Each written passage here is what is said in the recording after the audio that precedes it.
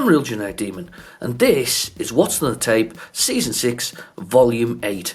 And today, we're going to look at this tape. This is one that I found. I was going to do a street sound one, one of those fluorescent ones, but I thought this one is calling my name. It has Stormlord on it. I've put it in a tape player, and it definitely has specky sounds on it. It says it's got Stormlord on this side, and this is what most intrigued me when I turned it over. It says no faults. So I'm just hoping that whatever's on here, and I can't quite. There's something underneath the Tipex there. Pub something or other. Anyway, it says no faults, and the thing is that the fact that it says no faults is a definite bonus. I like the word no faults. However, we'll see how it goes. It's quite an old tape, and to be fair, it wasn't rewound, and it's been bashed. It's been bashed a few times. So we'll see how we go. So we'll without further messing around, we're literally just going to get that in the tape drive and give it a go.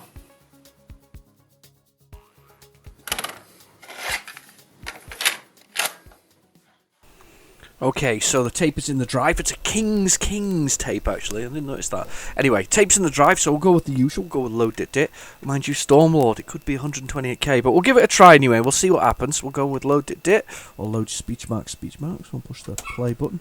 Our fingers crossed for this. The Azimuth is tuned. It has got a club, and it's ready to hit somebody in a Tolkien-esque story. I love that one. I love the fact that it's got such a regal and sort of I don't know, Dungeons and Dragons like name, doesn't it? It really does. I've got coffee. I hope you've got coffee too, because this is maybe a long one, because I did flip it over and I heard sounds on both sides, which is a good start. So.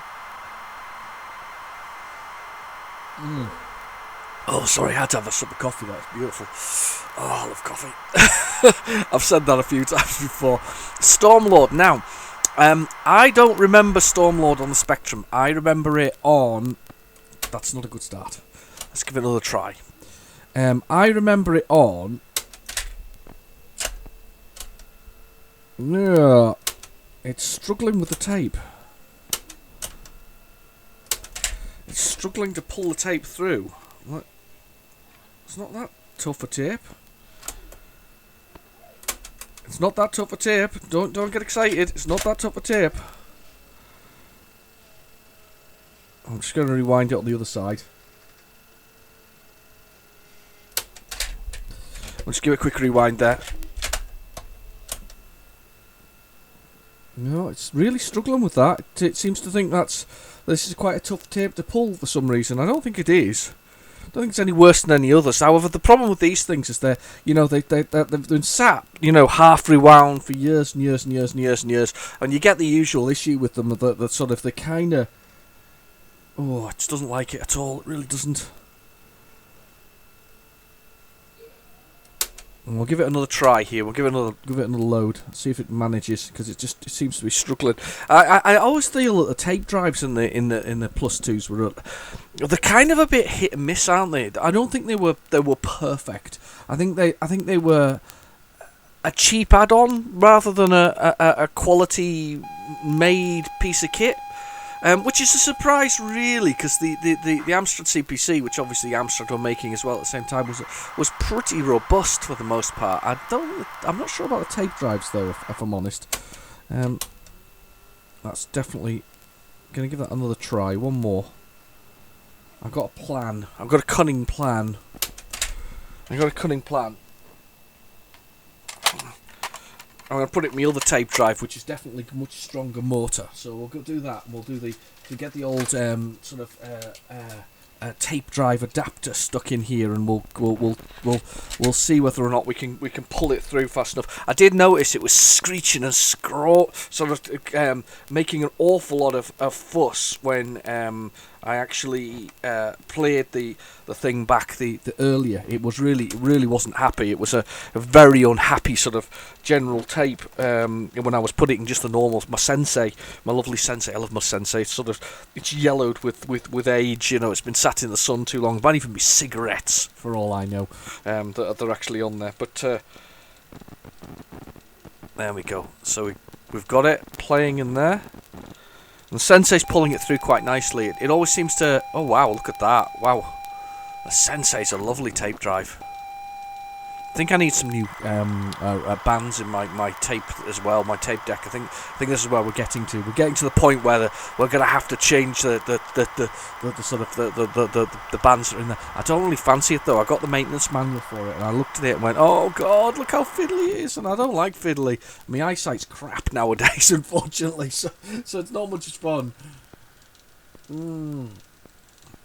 Coffee. Anyway, what I was saying about Stormlord is that Stormlord was one of these games that I played on the Spectrum back in the day with on well, no, I didn't play on the Spectrum. What am I talking about? On the Amiga back in the day. And I remember one thing. I think it has boobies, doesn't it? I think a lot of the fairies are very booby. They're very well endowed ladies that sit on sort of little podiums. I'm sure that's the main factor. That and the fact that you're a Viking, and of course at this point in time we're all Vikings because we've all had to grow beards. I'm going for the Michael Bolton. By the end of this I'm going to have long floppy hair. Back in the 90s, end of the 80s, early 90s, I actually had a ponytail. Yeah, I did. Well, I say a ponytail. I'm gonna make you laugh. It wasn't really it was kind of a ponytail. It didn't really. Yeah, it kind of. I've got quite curly hair. I've always had very curly hair, and when I was at university, my nickname was Wiggy, like in the detective in a Jasper Carrot program, the comedy that used to be on the telly, because he had this sort of it wasn't the detective, was it? It's just called Wiggy. It was basically a man with a wig, and the humour was that his wig would get blown off or drop into lots of things, and my hair was so wavy and so long that it used to come out sideways, like a cap on the side. Well, I then decided to, in my wisdom, because it's always a woman, isn't it?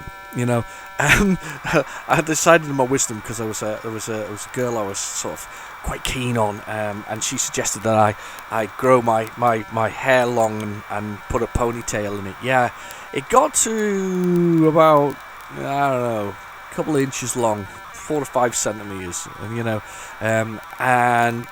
it turned around because of my curly hair, with a kink and a turn, and it went back through my hair. And then started to grow up over the top, almost like I'd got a little, a little horn of hair. It was a disaster. There was no working with it. But at the current stage at the time, I'm all right for a haircut. My missus gave my son a little trim yesterday, and he now looks like, I don't know. He looks like she might have been better with a bowl. It's not got the straightest of lines, and I mean that in the most pleasant way. He's not bothered. He doesn't care. They're just slightly off, but it kind of has a little curve in it. It's like a quiff curve kind of thing that's going through it. It's fine. We'll brush it out. And yeah, I see the end of all of this sort of stuff. We're all going to need a haircut. So I mean, my beard's come on beautifully, So but anyway, yes, I do remember playing this on the Amiga. I think it's a platformer from memory. I don't, as I say, apart from the booby statues, I don't remember much more about it. She's a small girl, isn't she, in comparison to our gigantic Stormlord. Jeez, look at him! What a brute he is! He's a huge, big old brute, isn't he? He really is. Oh, coffee's good. Oh, I hope you've got coffee. I'm probably going to drink this coffee way before I get to the end of the whole thing. I'm very tempted now, by the way, just to put this tape recorder up on the top here and actually just let it play the rest of the tape out, considering this is going down to 10 seconds.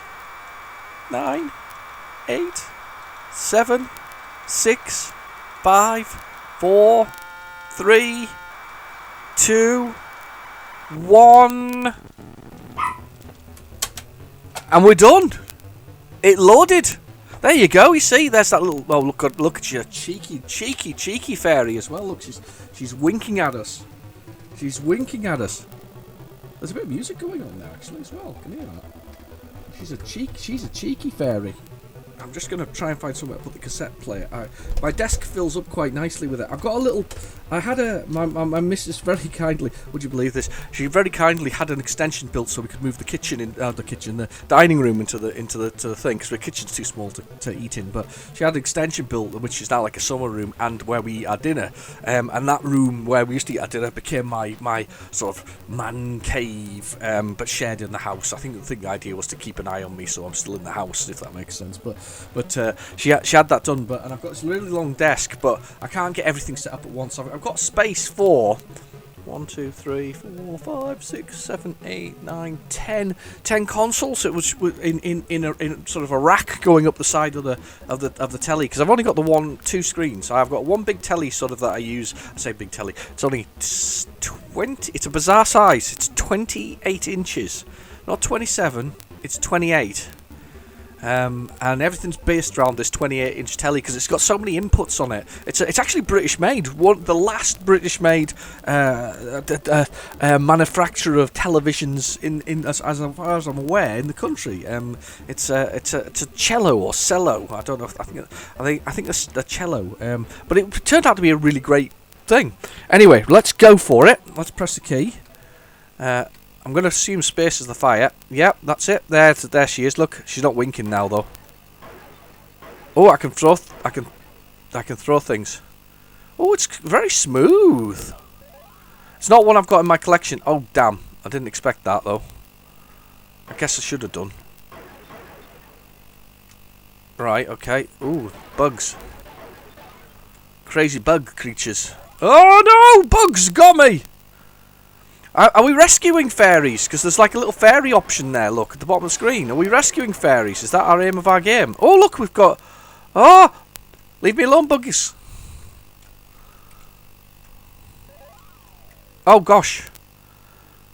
I can't remember anything about this game. That's the worst part about it. Do you know, isn't that horrible when you can't remember anything about it? Now, what am I meant to do with this door? Have I got to go the other way, past the bugs? Oh, damn. I'm going to die a lot here, aren't I? This looks do you know what though? It's really smooth. I like the jump as well. He's got a nice sort of solid, sort of smooth jump. It works really well. I'm gonna go over the top. I'm gonna jump on the fairy's head. There we go. Bye, fairy. This is tough.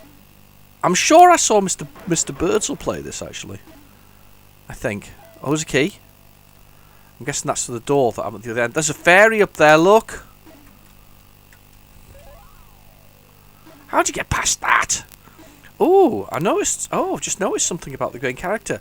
The way to stop the colour clash is he seems to have a box around him. So he's got like a... Oh, God. I'm dying so hard on this at the moment. Oh, damn. I've died. And I've missed me... What's it called? I'm having another go. Well, that was quite good, that, actually. Quite like it. Very tough, but good. There she is. Oh, damn. That's harsh, isn't it? Really is. Oh, and do you know something? I was almost across before there. Can I get to her? No, I can't. Oh, that's unfair. I want to get to Little Fairy and collect a fairy. Oh, well.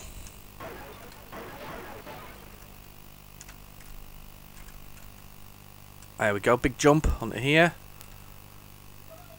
Here we go. And we got through the door. Can I pick that up? Whoa! I have a fairy. I've collected one. She's a little naughty, nudie fairy. I've got a cauldron. Some kind of adventure element to this, obviously. Oh, got another one of those things. And we got another fairy.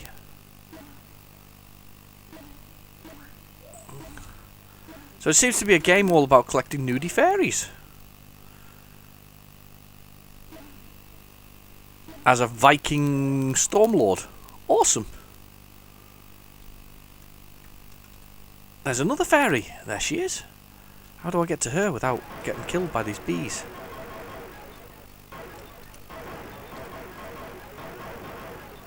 That's harsh. So how do you kill the bees? Oh, do I have to collect something to kill the bees with? Ah, right. So there's items to get past items within the game. So I maybe needed the umbrella to avoid being eaten by bees. Possibly. Well, I've got... Oh, they went to the honey... They went to the honey pot. If I'd only had known that. And I've been hit by a wasp thing. Ah, I've been killed again. Well, I got 2 fairies. That's cool. That was a good start. Really like that. Let's reset the spectrum. I'm just leaving the tape thing in the drive, by the way, here, and I'm going to push the button, and I'm going to just do it from the tape drive. That was really good. I don't have Stormlord. It's one of those games that should be on my list to get. I definitely don't have Stormlord. Right, I've just left it in the other tape drive. We'll leave it in the Sensei. Sensei's taking control of the whole thing. It's the best way. Okay, let's see what's next in here. I did hear more sounds than that. There's more than just this on here. I know there is. That's very quiet.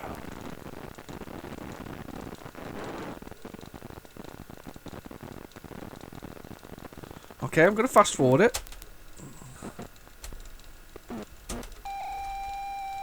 There we go. Aha! Rewind.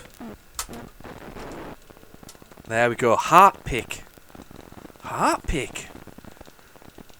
I have no idea what's in here. It's all very exciting. Heart. I wonder if this is Heartland. Did Heartland come out on the Spectrum? I don't know. Is this another... Who's this by? Is this Houston as well? Houston. Maybe it is. I don't know. I'm excited about this. This is an exciting tape. As I said, I was going to do a Street Sound one, and I thank you for Andre for that. I had one, a quite large one actually. Lots of things, very Codemasters sort of centric, but obviously with a huge list on it. And I thought today I'd have a dig through the boxes. I did entirely intend to do that one. I'd dig through the boxes. I picked out a few tapes that were like 90 minutes and sort of 60 minutes. And I thought, do you know what? We'll give it a try. We'll see if we can find any one of these that's got some other stuff on it. You know, fast forward, blah, blah, blah. Oh, no, it's Heartbroken by Atlantis. I've played this one before. This is by the Shaw Brothers. I quite like this one. It's got a little... I think a reference to ACG in it, you know, the Ashby Computer Graphics. It's got a little reference to them. So this is quite a late game because it's 1980 and 1989. What I find with these tapes is these comp mix tapes is they're kind of around the same sort of time, because I bet Stormlord was in 1889 as well. So this is a kind of late generation tape here. So we've got quite a few things. Anyway, I can't remember what I was going to say. So yeah, intention was to do the Street Sound, but a lot of Codemaster stuff in there. I thought I'd have a dig around and see what I've got amongst the tapes, and I found this one, and it said that it got sound and various things all over it. So I thought, hey, why not? Heartbroken, I'm sure, is all about... I think I may even have done this on my channel. I'm almost convinced I've done it on my channel. If I haven't, it's one of the videos that I've got to go on. I do keep a little stock of, you know, when I take my sort of 2-week breaks from sort of doing what's on the tape, which I'm not going to do at the moment. Not while we're currently in the scenario we're in, and I'm trying to avoid discussing the scenario we're in. Because you didn't come here for that. You came here to look at Spectrum things and listen to me talk about rubbish in the 80s and 90s. So, and some modern stuff as well. But while we're currently doing that, I'm going to keep running. So we may end up with a very long season this time round, rather than me with taking my 2-week break. And to be fair, I've got the time for it at the moment, so it's good. I've got time for a few other things as well, actually. So, but yeah, Heartland, I'm pretty convinced I've played that. But I have a little stock of videos that I keep just in case for those kind of break betweens. I usually have about... How many are in there at the moment? About 18 videos. So they can go. They range from the last 6 months to right up to current times. They're all just me, you know, playing games and seeing what they like on the Spectrum, and I really enjoy them. To be honest with you, I enjoy playing Spectrum games. I love them playing games. Playing games is great. It's one of the and it's really funny because you can see that occurring at the moment. Everybody wants to now play games, and the price of things are skyrocketing. Even the Nintendo Wii is skyrocketing in price because everybody wants to play games. I don't know whether the Wii U is in the same scenario, because that was not so well loved, was it? What is it with Nintendo though? they're such a company that goes their own way, aren't they? They really are. I mean, okay, the NES it's actually pretty, on the scale of Nintendo, it's pretty standard, if that makes sense. It's a pretty standard sort of machine. It's just a console, controller, whatever else it is, iconic as it is. But that's what pretty much it is. It's one of the things I don't actually have. I did try and do it with a modern one with a model emulation, and I just didn't really want to get into it. I didn't want to collect for the NES. I don't know why not, but there's plenty of emulation stuff out there that you can do it with. I just didn't want to do it, so I mean, my solution to the problem is the entire NES catalogue, or the ROM set that goes with it, and NES pads for a Raspberry Pi, and that's perfect. That's just perfect for me, because that's the way I want to play it. It didn't have one back in the day, wasn't really interested in another one, but and then you've got the SNES, which was a fantastic console. Went a little different direction. They added that scaling and sprite scaling, which wasn't there in the Mega Drive, although it was a slightly slower processor, but it had a better colour palette. It was a really, really nice machine. I'm going to skip the fact that the PC Engine, in my opinion, was better than both those machines in the sense of what was capable with it, and the colouring and the palettes and all the other bits and pieces. I think it was just very overlooked. It could have definitely been up there in Europe as a contender if it was that. So those, from Nintendo's point of view, they're pretty standard. And then you head into their sort of other phases of things they've done. The Game Boy was iconic, well designed, sensible. They always go with slightly older technology, don't they? Though that's their kind of thing. I can't remember what came after that. N64. They went completely different direction with the N64. 3D capable, cartridge driven machine. And I don't know how popular it was. I've never seen the figures for it. When everybody else was going to CD by that point, and DVD and all this kind of stuff, and they just went their own route. And then they had the GameCube, which are cut down versions of DVDs. Again, their own route, totally their own direction. And then you get into the Wii, and the Wii was like a motion controlled sensor thing, and nobody thought it would sell, and it sold millions and millions and millions. And why did it sell millions and millions and millions? Firstly, I think Nintendo have just got a sort of a history of quality, which Sega did have, and which is the really sad part for Sega. They actually did have that history of quality, and I think that after the Dreamcast, that was such a shame that they kind of disappeared out of the gaming and hardware market. I know it was expensive, but maybe they could have persevered with probably the Saturn a bit longer. They only gave it a 4-year lifespan, realistically. Was it 4 or 5 year lifespan?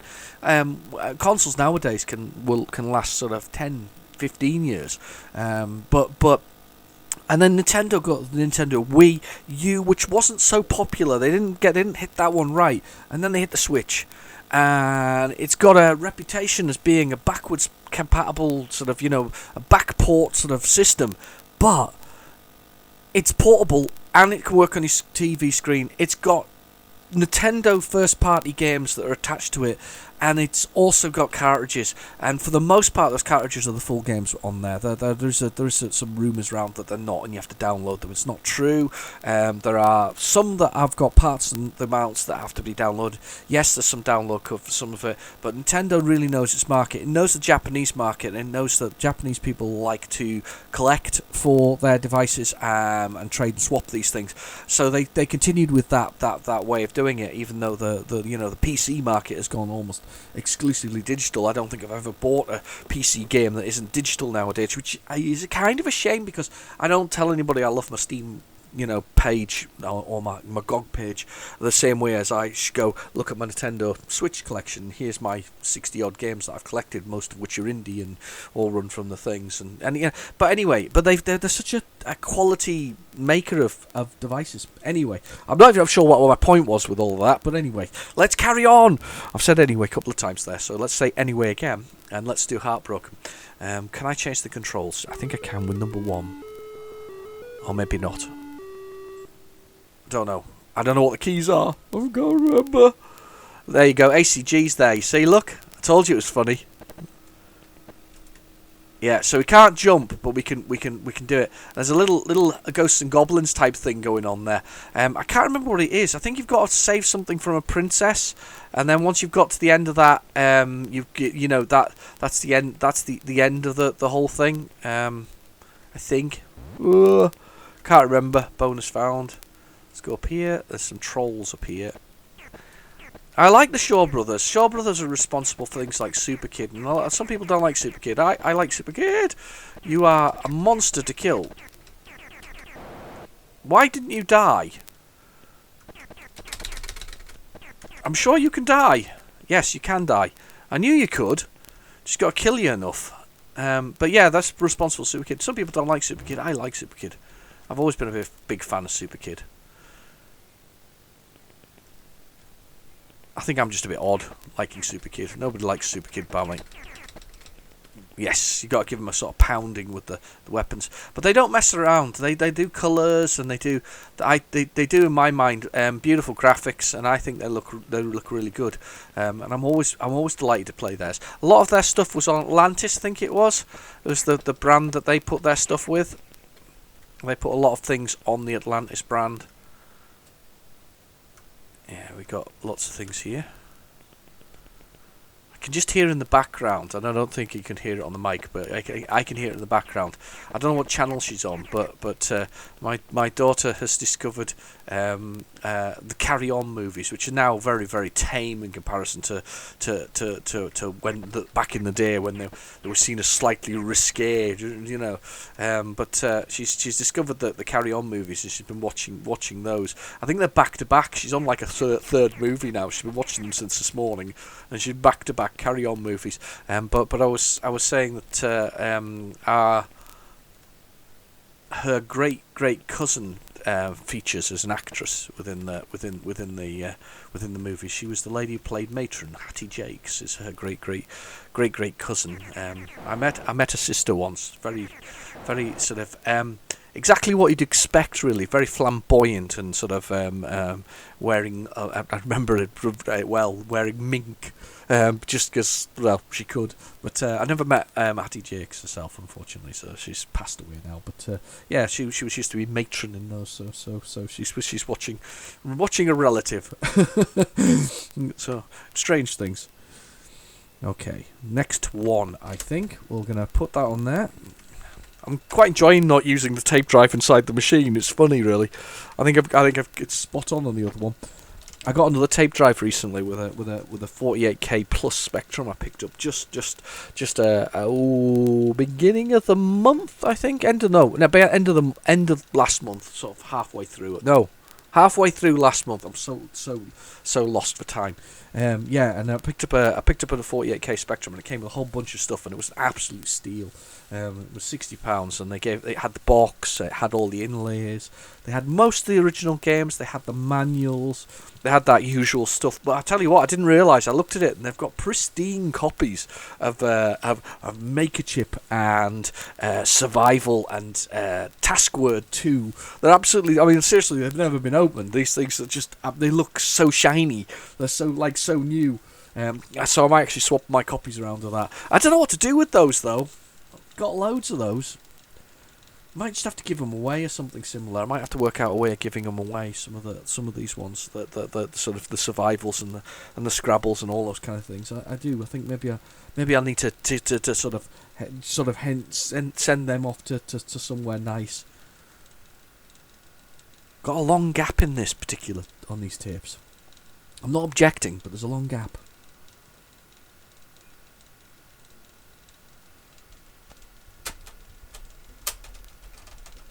There's a long gap here. I hope that's not it on that side of the tape. It's possible though. I don't hear anything yet.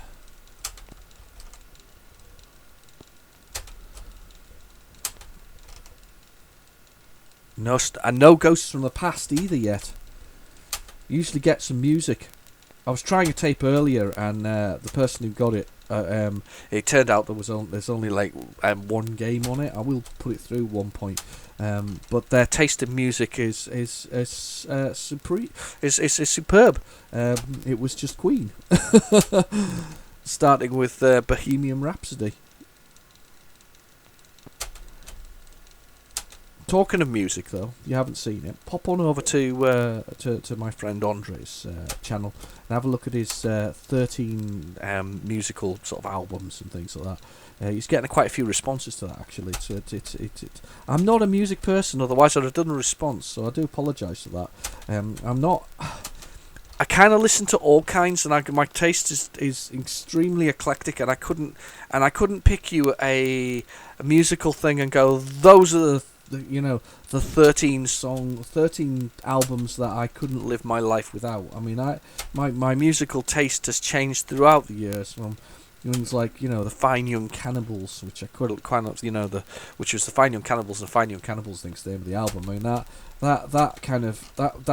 I love the sound of his voice and the sort of screeching of the whole thing, to sort of things like Duran Duran, to I can only think of Europe and Bon Jovi and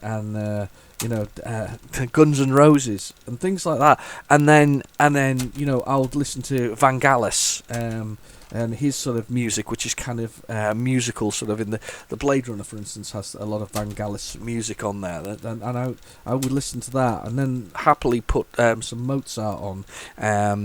Then I'd happily do some Moby and some Fatboy Slim, and then happily do. I'm so eclectic with it the way I do it. I literally put on different things and different other things. And I remember listening to a young lad. He's probably half my age, to be honest with you, still now. Well, he will be, because he's half my age. I remember seeing him, and he being promoted as a big sort of the next big thing musically for the sort of generation, as one of these superstar DJs. But as the song goes, and this young lad, I'm just fast forwarding, by the way. I'm sort of concentrating on both. Fast forwarding here. There's nothing more on this side, it looks like. I know there's other stuff on the other side, though, because I definitely heard it. I'm just having a little whiz. We'll see if we get to the end of the tape. Yeah, the superstar DJ. Anyway, it featured on the BBC, but I'd already heard him. He used to be in a very heavy sort of thrash metal, emo-esque. I mean, that's a word that didn't exist a long time ago. Emo. That would have been more goth, I think, once upon a time. But that kind of sort of band, very heavy rock metal, and then took what he'd understood into the music marketplace. And the artist, you may or may not have heard him as an artist called Skrillex, and I quite like Skrillex's work. I think he has a talent and a sound, and he can make some very big sounds for that superstar sort of DJ kind of sounds. And I was kind of, did I follow him? I got a couple of albums, but it doesn't make me a big fan of his. No, it doesn't. It makes me something I enjoyed listening to. What do I buy when I'm out and about? Well, to be fair, most of my music doesn't come from shops or current bands or whatever else it is or anything else. And most of my music nowadays just comes from things that I used to like in the past. And some of it comes from sort of, from a lot of it comes from just from charity shops, and I'll pick up a mixed tip, sort of, mixed CD, and then I'll play that, and that's and it'll go in the car, and I'll listen to that. I've got a few sort of Ministry of Sound sort of mixes of bass and whatever else it is, and I love a bit of that sometimes. Something great about driving along the road with a sort of thump thump thump thump thump thump. Unfortunately, you guys outside the car have to deal with that as well. But hey, it's not my problem. But I kind of like a bit of that sometimes. But I'm not. It's not a thing I can respond to, because I couldn't tell you what my set of faves are. It's not something I can't go. Yes, those are the. I couldn't live without Deacon Blue, for instance. I would. I could tell you what I hate. That's easy enough. Hating's easy. Hating something is easy. It's all those novelty songs. I really can't do with those. What's it? I mean, although fun at the time, and when you're little, you're updated. They're quite funny, you know. And you got what is it, spitting image thing, you know, stick a pineapple up your nose or whatever it is, that kind of stuff. And start trekking across the universe, only going forward because we can't find reverse. Burned into my brain forever, you know, those kind of things. Klingons on the starboard bow, starboard bow, starboard bow. Klingons on the starboard bow. Anyway, so burned into my brain, those kind of things, you know, and then you had things like Mr. Blobby. Do you remember Mr. Blobby? Oh, my missus still goes on about that. She used to be. We used to go to the same pub, and we didn't meet until later. But we used to go to the same pub, and they used to have a video jukebox. She used to put that damn video on all the time just to annoy the punters, and it worked because we all hated it. There's definitely more Spectrum stuff on here. Come on, I know there is because I heard it. I'm playing this tape. It says no faults.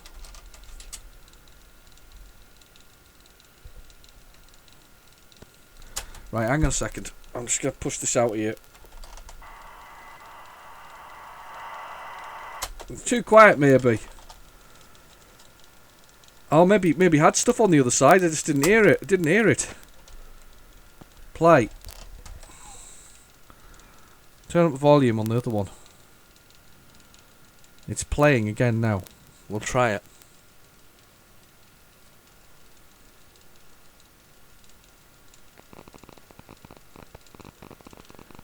Oh, I can hear something now.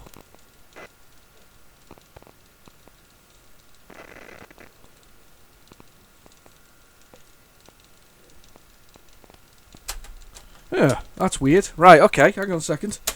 Let's check that out and swap the tape into the drive, and we'll see if that works better, because that wasn't working at all. I don't know why it wasn't working off the ear thing there. That was really annoying. Should be. Wasn't behaving at all. Okay, it's in the tape drive. Oh, okay. No faults. It's actually called No Faults. What is No Faults? Can we list it? No Faults. No Faults Show Jumping. Oh, right. No Faults Show Jumping from Allegate Software by Elliot Gay. Very unfortunate name. Nowadays, anyway. Wouldn't have been back then. Let's do load it. Oh, I'll tell you what. We'll reset it. We'll see if it'll do it. I don't understand why that didn't work. Was it too quiet or something? Let's try it in that other tape drive again. We'll see if we can do it. Maybe it was just too quiet. Maybe it was too quiet for it. It worked on all the other things, didn't it? Because we had it doing the other things. Maybe it's just very quiet.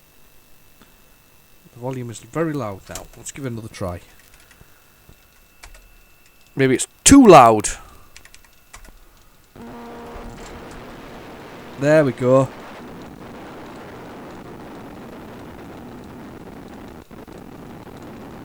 There we go. We'll give it a try now, see if that works. That's better. I don't know why it didn't work before. It's confusing the absolute hell out of me, that one. Look how solid those are when we do it through this other tape drive.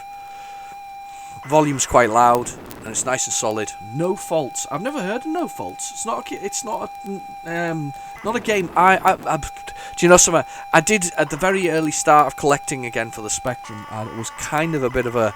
I don't know. I used to sweep through the eBay things and other things, and I used to just buy everything that I could get my hands on. So I ended up with a lot of duplication at one point. In fact, I was sent off several kilos of duplicates to several friends along the way. And you know who you are. Say hi. Hi. I sent off several kilos of duplicates. I just bought everything, bits, filler galore, all over the spot. And bizarrely, and the most strangest thing of all, that's a really nice loading screen. Actually, it's really good, isn't it? It's really well done. You can see the horses and all the other stuff going on there. But most bizarrely of all, though, was that I kind of bought those ones like Survival and Scrabble. I hadn't realised that they kind of came with everything. So actually, you think I bought them separately at the time, and I thought I'd got a good deal, and what an idiot I was. They were everywhere. Everybody's got them. There must have been 5 million of them at least. Maybe not that many. there was 5 million, that's an awful lot of mega chip, isn't it?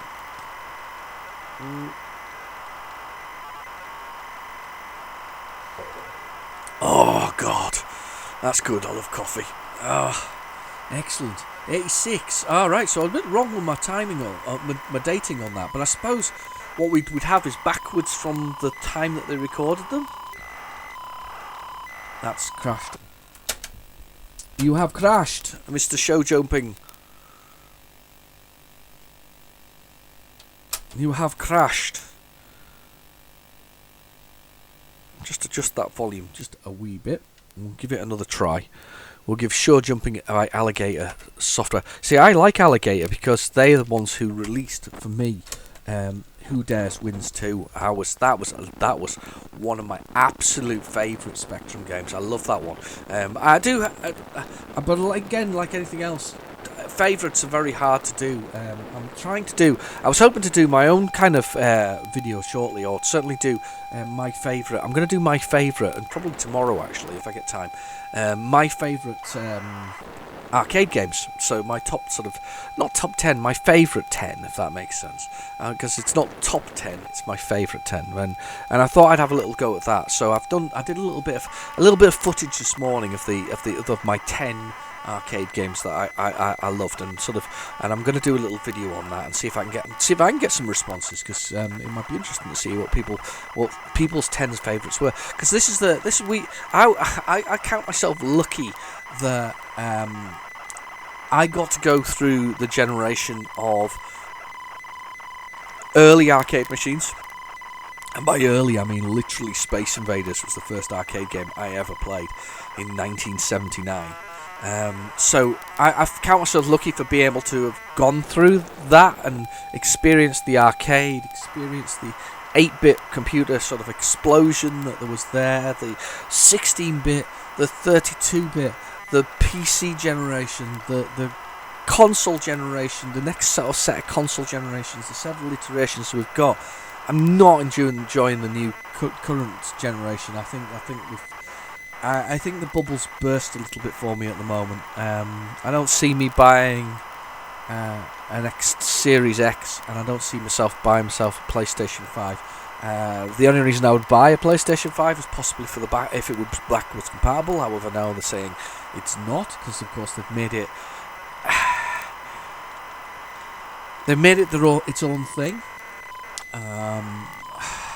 And it's another different type of architecture, instead of being effectively the last generation of consoles. The PlayStation 5 and the Xbox One are PCs in all in intensive purposes. That's what they are. They're just PCs with console controllers. They don't even go to the trouble of giving you something different. The thing about consoles is that you often ended up with different peripherals for different things. You know, guitar controllers, all this kind of stuff.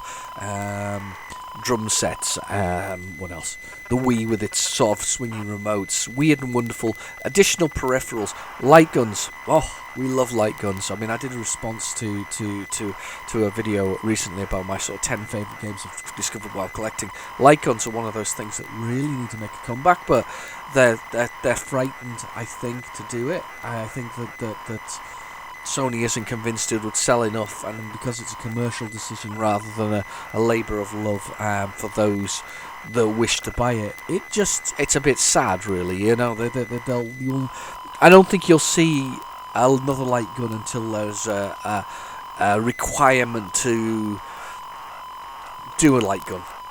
I don't know if there's ever a requirement to do a light gun, but I would buy a light gun again. I would definitely buy a light gun for games like Point Blank, Virtua Cop, House of the Dead, those kind of things. All these things that are there. I think it was Time Splitters, not Time Splitters.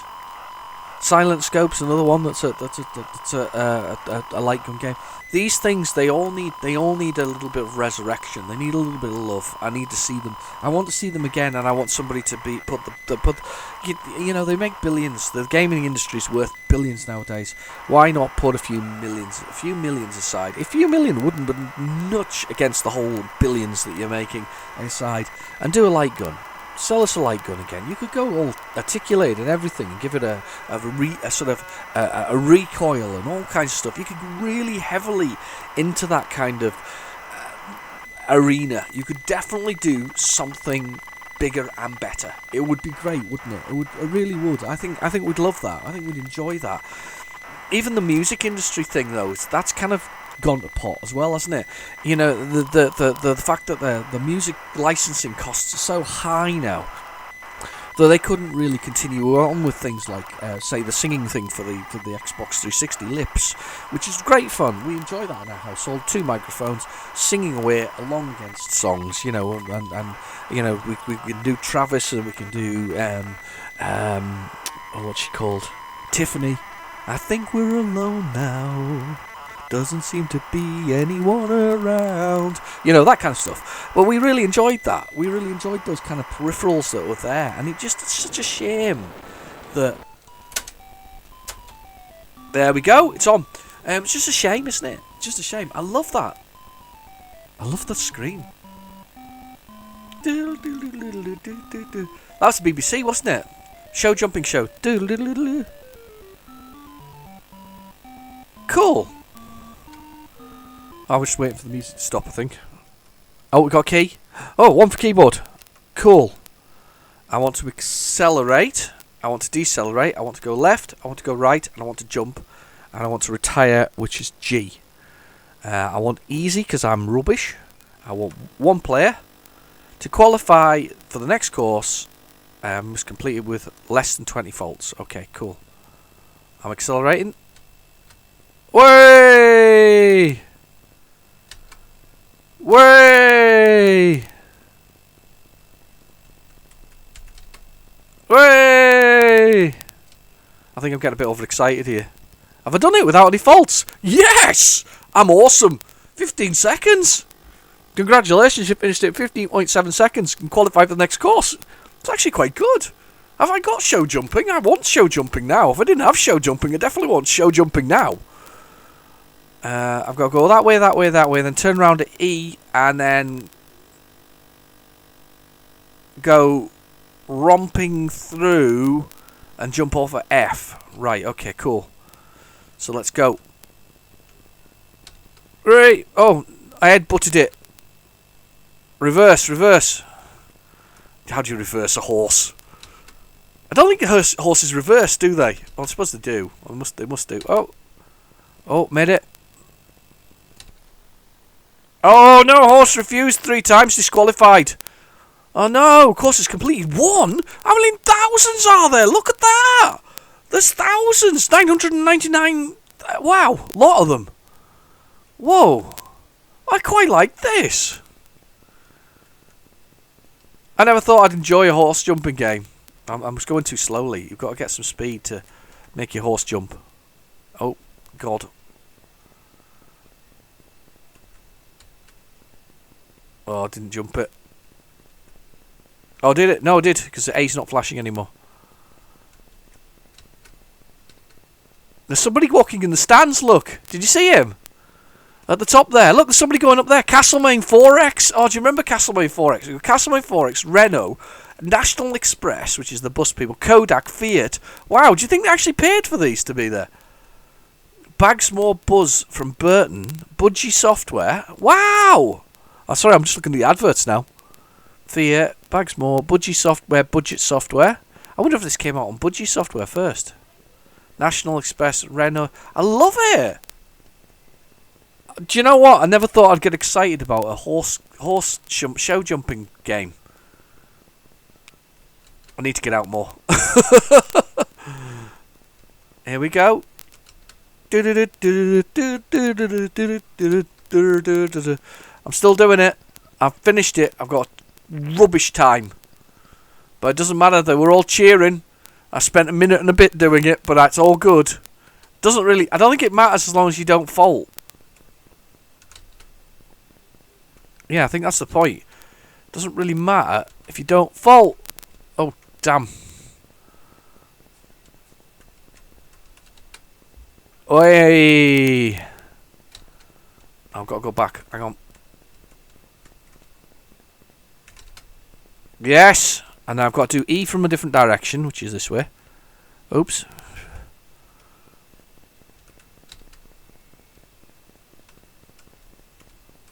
Oh, oh. Oh, damn. Reverse the horse, reverse the horse. We discussed this earlier, didn't we? I didn't... Hang on. I thought I was gonna... It's not jumping. The horse is refusing. It refused 3 times. That's pretty cool, though, actually. I like that. Oh, that's excellent. That was a good one. What a surprise that was. I really like that. Let's carry on. Let's see what else is on this tape. Let's go for it. Let's see what else we got. Something exciting, hopefully. I'm convinced the other side was blank, by the way, because although it was quite quiet and it didn't come through before, it definitely was blank. Right, let's see what's on here. Oh, there was data there, but it was not doing anything.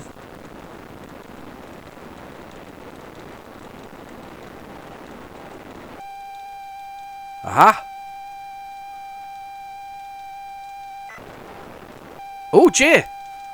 I have no idea what it is. Could be a personal program, maybe, if we're lucky. No, maybe not. Mind you, I used to put loading screens on my basic programs. I was kind of into that, because you could load the screen and whatever else it is. I could do a little sort of bit that went with it. I was also quite cool on that.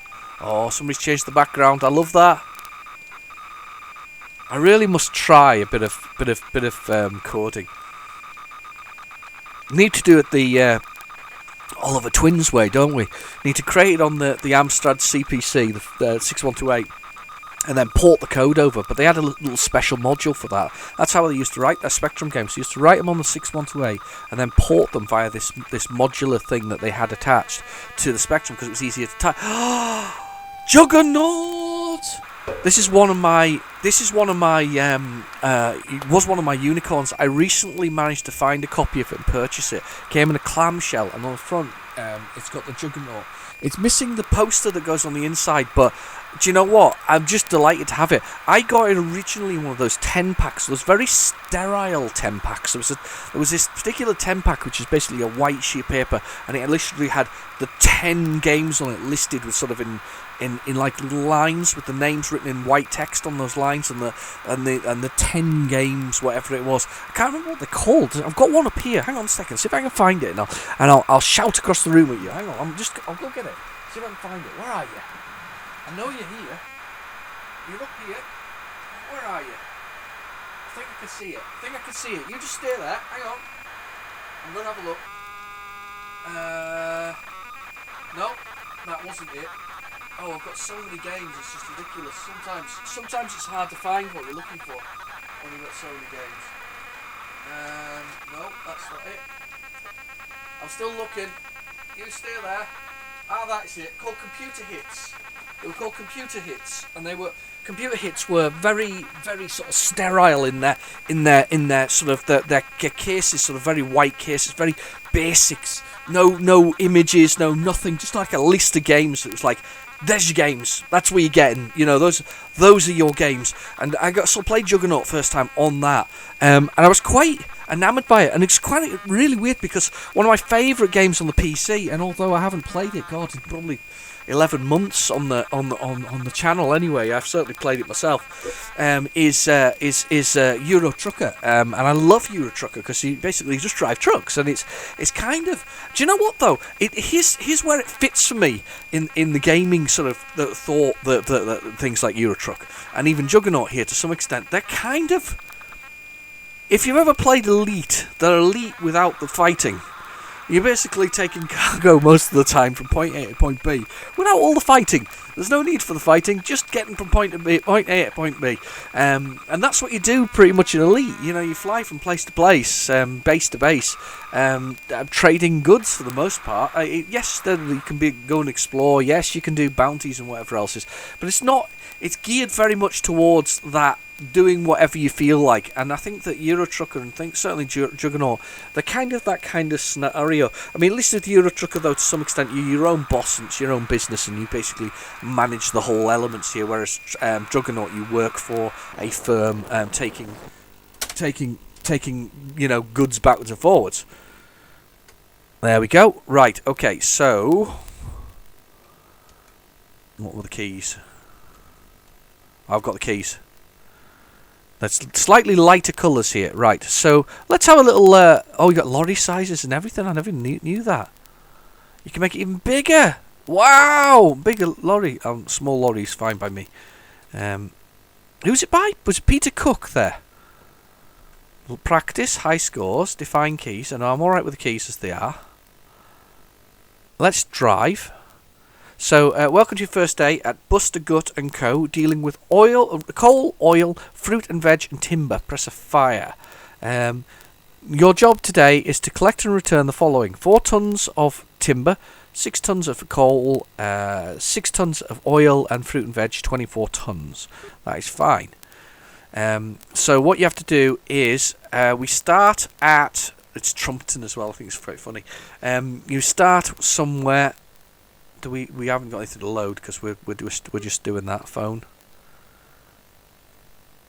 Right, so we need to start. So we're at the loading bay. Have I not got the keys? What's the accelerate? Oh, there it is. Right, so we got our truck and we still steer it away, and then we're going to go find it. Now, I find this is really, really good. I think this is. I find this quite I always thought this was quite tough, but at the same time quite a nice experience, sort of to drive your truck around, and try and avoid running into things like that. Let's turn it a little bit more, the steering wheel, so we're straight. Oh God, try and avoid crashing into that. Let's move the cab back.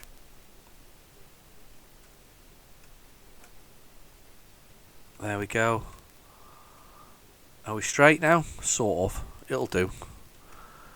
I don't know where we're going to though. I should have checked the map for where we were meant to be going to. There we go, I'm in second gear now. There we go. Accelerate to 40 miles per hour. Hit it. Way! Oh my God. There's a lunatic in the truck! Oh God. I do need to spend a bit more time on it. It does require a little bit more finesse than this. Look at me just driving it everywhere like a lunatic. Oh, I've smashed it to pieces. It's all over. Can only get 6 tons in it as well. That's just terrible. Yeah, Pete Cook. There we go. But yeah, it was one of my sort of mini unicorns. That one. I was really looking forward to that one. Getting that one. I'm dead chuffed that I did. It was always tough though, wasn't it? It was never easy, if that makes sense. It was never an easy one. Okay, let's go for it. Must find Stormlord now though, after playing that for the Spectrum. I bet it's an awesome game. I've been concentrating on the double cases, the double duels, recently more than I have been the sort of single ones, because I've got a lot of single ones, but the couple double duels is kind of where I've been at for the other things nowadays. Lunar Attack. This I think I have. I think. I certainly can. I certainly. Let's list it. Sorry. Let's list and see if we can see who's by. Invalid colour. Yeah, that's proper. That's proper crashed. I'm sure I have this one. I think it's a budget title.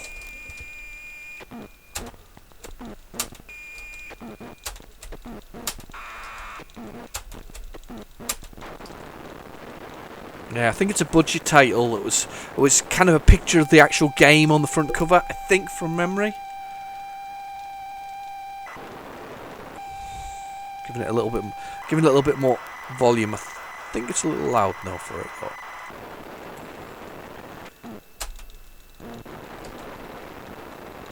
It doesn't sound like there's any more data on that actually. Let me just listen to that. I think.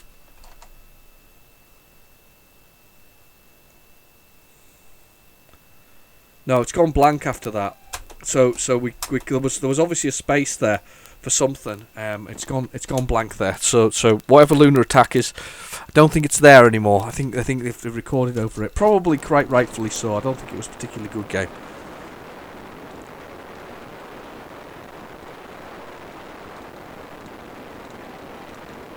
I did rewind that, didn't I? There we go. Just a little bit. Oh no, it's still there. Just didn't. All right, okay. Lunar attack is there. Let's try it straight from the old tape drive and see what happens. It must be still there. So let's go for the tape drive. I've been fiddling it here with all these sort of funny things that I've been doing with it. Let's get it straight in the tape drive and see if we can do it. There we go. There's something on the tape. It looks extremely dry, if that makes sense. Like there's dust on it. Oh, very, very creased.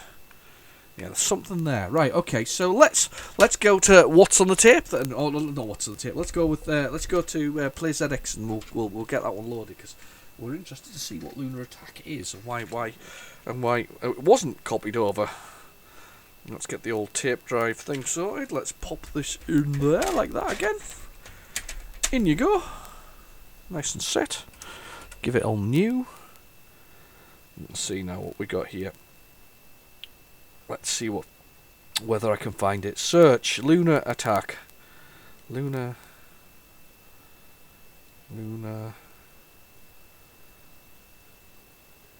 Attack. Alternative software, Lunar Attack. There's lots of Lunar games. There was a lot. Everything was Lunar back in the day. We have Lunar Attack. I think it could be this one, just because of the dating on the things and the sort of so far with things like that. So let's give this one a whirl. If it's this one, I've not played this one before. It's not the game I was thinking of. It's definitely not the game I was thinking of. No, so it's not I don't think it's the same one. But it's alright, we'll go with this one. This is a fair enough one. I always think, do you know what the thing is? I was thinking of Lunar Attack. I was actually thinking of Lunar Crabs. It's the wrong one. That was a micro mega game from 1983. There is another Lunar Attack on here I can see from Mind Games, but it's a re-release of the Attack on Atlantis. So it's not the same thing, if that makes sense. So it's different thing completely. It's not a bad tape, this, after all. A bit blank on the other side, but not a bad tape. Oh, I think we've played this one before. From Nigel Edwards. I kind of recognise the screen. Do you know something? I think Lunar Attack has definitely featured before on the what's on the tapes. Definitely has.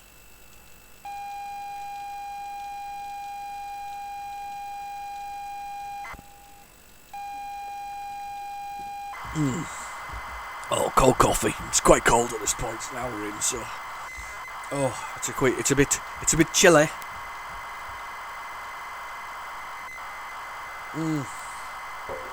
Oh, that's bad. That's actually got really chilly. To be fair, it's because somebody's got the back door open and it's freezing in the house instead of actually being quite warm today. It's quite cool. It really is quite cool.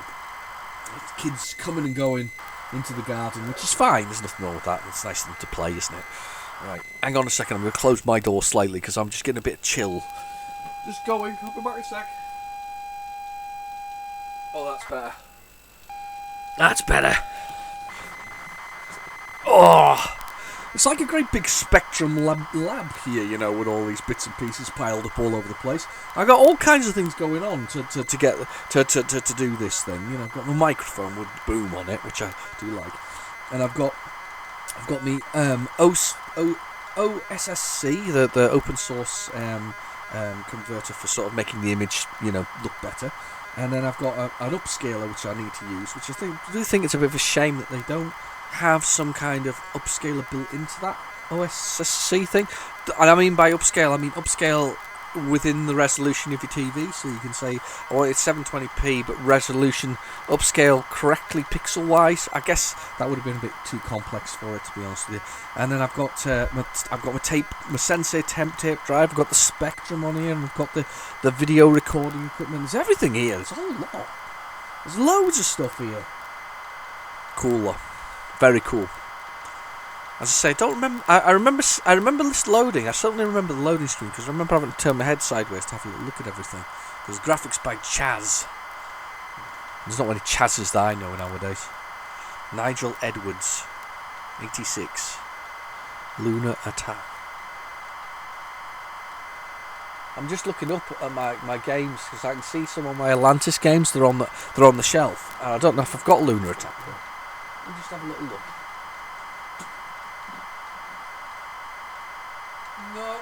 No, not there.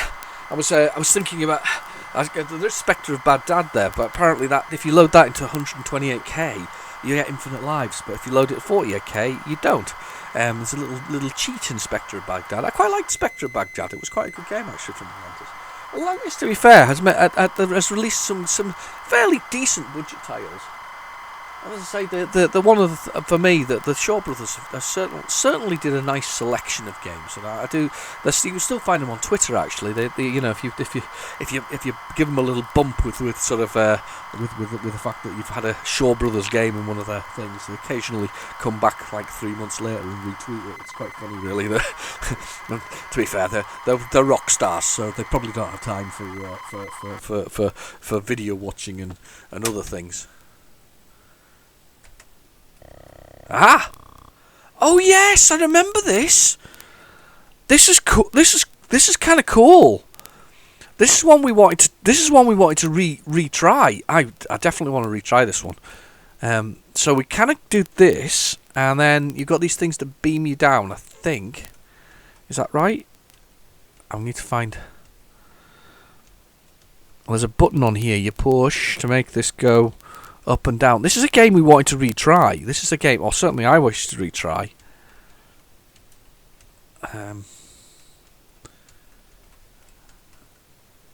Okay. There's something we have to do with this. Can't remember exactly what it is, but there's some kind of passwordy thing that's going on. Oh, what are the keys? I've got the left and right, but I haven't got the up and down. Ah, there we go. P is definitely to portal or whatever it is. Run! Yeah, there's something about passwords and using these things. It kind of... Oh!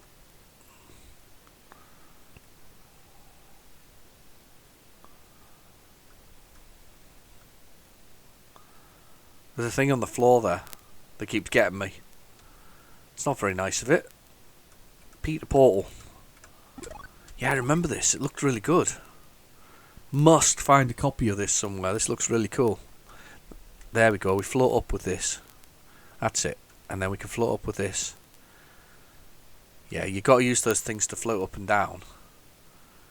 There's something clever about it, though. That's the point. There's something clever about it. You can float. Going down's easy. Oh, you die when it's on the blue. Lunar Attack. So game, I definitely want the full version of because it looks so cool. It's kind of my pace, I think, as well. It doesn't look nothing looks too difficult on it. It kind of looks easy enough to do.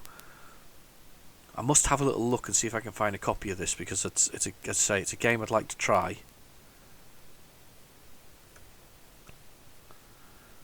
Right, quick. There. It's naughty that those things appear like that, though. Oh, damn you. There we go.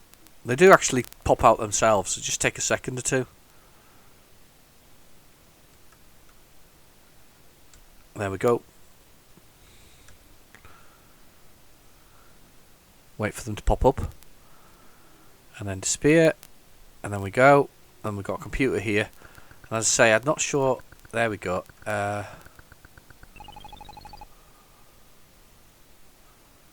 Oh, there's an S in the password. Damn. Oh, you idiot. fall off that way, then we can avoid them. I think we get... not sure what the barrels do. It just looks a great game, this one. We have played this one before. I know we have.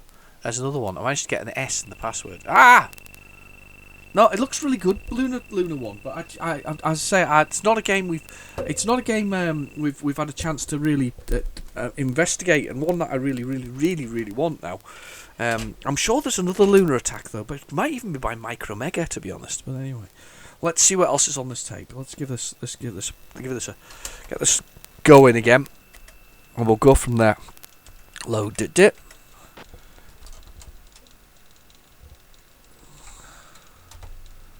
Yeah, we're running. We are going.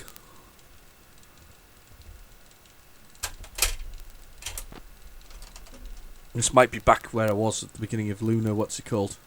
Maybe.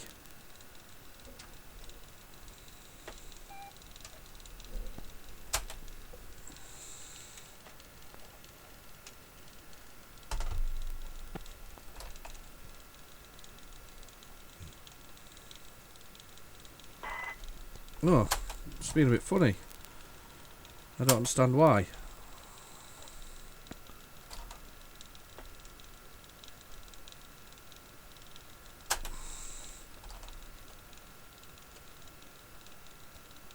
I'm just listening to it there. Sorry about that. There's a long pause there for me while I was messing around with that. I'm just it's being a bit odd with the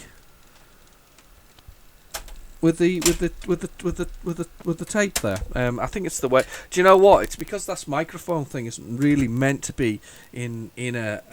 I'm gonna have to get a splitter that comes out from ear to whatever else it is. It shouldn't really be that one. It shouldn't really be. I shouldn't really be using that ear microphone sort of output from the tape cassette car adapter on a mono. It's not really right for it. It doesn't work. This could just be lunar attack, to be honest. Yeah, this will fail. There you go. Right. Okay. Let's fast forward that. Let's just do that. We'll fast forward that one.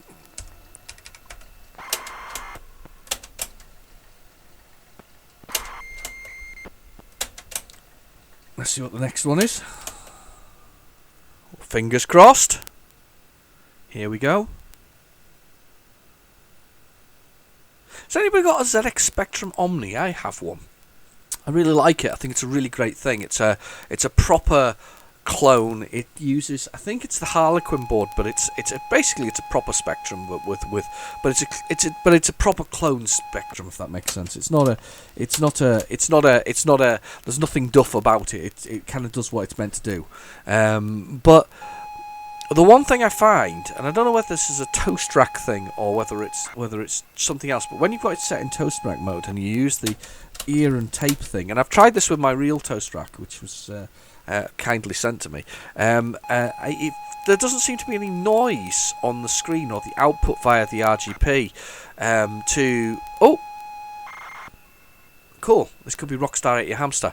Anyway, doesn't seem to be any noise when the loading's going on. It loads, but it won't do the noise that we love here, you know, the and I really like that noise, because I would probably use the Omni because it would be more compatible, especially with these, you know, old tape cassettes and all this kind of stuff. It would be more compatible than using the you know, one of these sort of, you know, using one of these plus 2 A's that have got this sort of memory modification that needs to be kind of made to it, because apparently it's a floating point error, according to somebody in the comments the other day from my thing.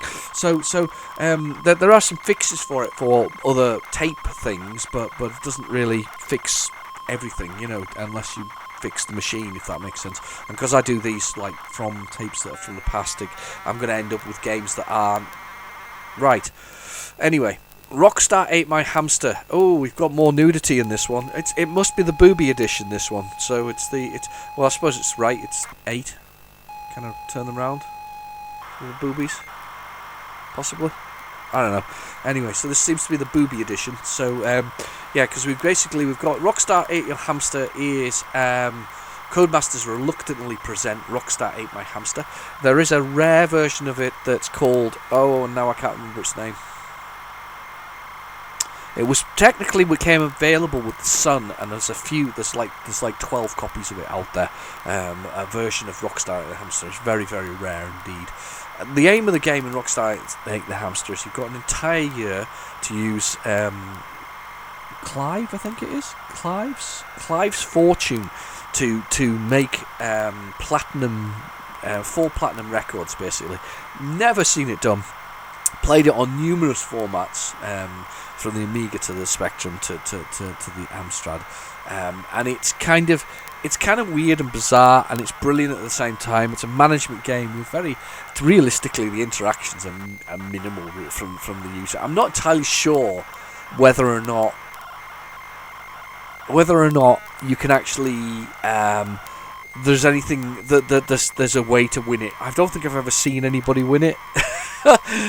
There must be, but I've never seen anybody win it, and it's a combination thing. You've got to get the right combination of rock stars, and they're not named after. They're all kind of caricatures of rock stars and pop stars of the time, and they all have different sort of values and whatever else is. Now, if this is on the tape here now, I suspect what we'll find is that the remainder of the tape is going to be the loading of the characters, because what you had to do is you had to turn the tape over, and there was the data on the other side, and the data was all the characters that you could load. So you could load in all different sort of people from Wacko Jacko to I can't remember what was the name for Kylie Minogue. There was all kinds of things, and Jason Donovan and all of these other wonderful 80s rock, pop and rock stars at the time. So there's lots of these things. Lemmy's in there and things like that. I think he's called Lenny rather than Lemmy, of Motorhead. I think he's passed away now, hasn't he? Or am I wrong? Can't remember. You can put it in the comments below if you remember, if you saw that. I'm quite convinced he has. But anyway, you've got quite a lot of these sort of rock stars, and you've got to basically you can send them for practice to train them up, and then you send them out on doing gigs, from pubs to clubs to stadiums. And even when you're packing out stadiums, this is the bizarrest thing about the game. So even when you're packing out stadiums, I've never won the game. It's just a bit weird that I've, from all the practice and all the things I've done, that I've never actually beaten the game from these things. It just doesn't. It's just weird. Anyway, but it's good. But it's yeah. You'll pack out a whole stadium like night after night after night, and you still don't win the game and don't get platinum records. How do you do that then? So weird. But anyway, that's what I'm saying. I've never really been able to get there. I think I've got one platinum record. You've got to kind of put them out and sell the whole thing, and I think it's like the number of sales against it. But you need to get to like number one straight away. I just think it's really odd and surreal that you can't get there that fast. Oh, it's loaded.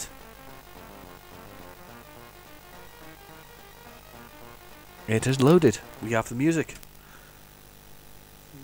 We are going to do enter to start. One day in the office of Cyril Pitt's theatrical agency. We've finished Clive. Oh, look, he's got some money. We'll see a stack of management business. Your Auntie Mabel left you, so Clive. I love the way poor Clive gets a right, whatever else it is. Clive with his earring. It's awesome. Groovy Clive, lead me to the screening room. This is where you have to choose your rock star. Okay, so I think, yeah, it's cursor keys. So let's have 2 rock stars. No. Let's have 4 rock stars. Press enter on the tape. Now this is maybe data.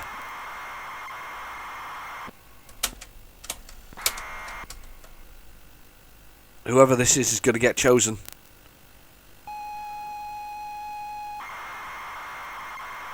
Maybe the 128k version.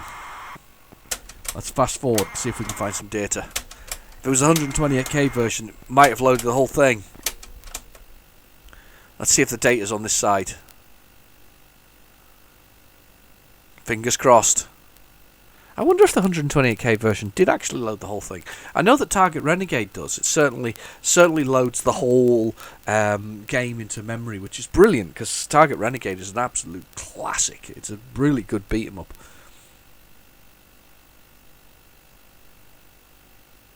We might not to see this, but as you can see on the screen there, underneath Cyril is a number of things. One is the cash, and then above it is your platinum records, which you have to get to. And there's like a sales graph that you've got there. Ah, there you go. Right, so do we want him? Do nothing. Just enter to accept, do nothing to reject. So there we go. We'll see who's next. This could just be full of data now for this game. That's Wacko Jacko. Who have we got here? We've got Tina Turnoff. Let's choose Tina Turnoff. We'll have Tina Turnoff. Who's next on the list?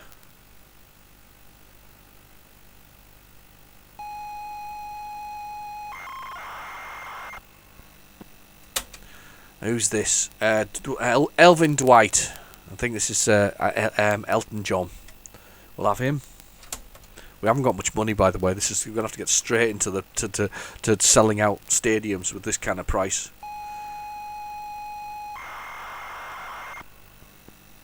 Oh, there she is, Bimbo Baggins, Kylie Minogue. We'll have Kylie Minogue. You can actually repeat it though by rewinding. You could actually rewind and have two say Bimbo Baggins.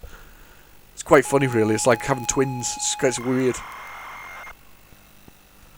Oh, yes. And Ziggy Car Rust. We'll have him. There we go. Crazy Decision Boss. Now, let's name the band. I'm going to go suggest Extra Nasty Throbbing Armageddon. What do you think? I think that's a yes. Extra Nasty Throbbing Armageddon.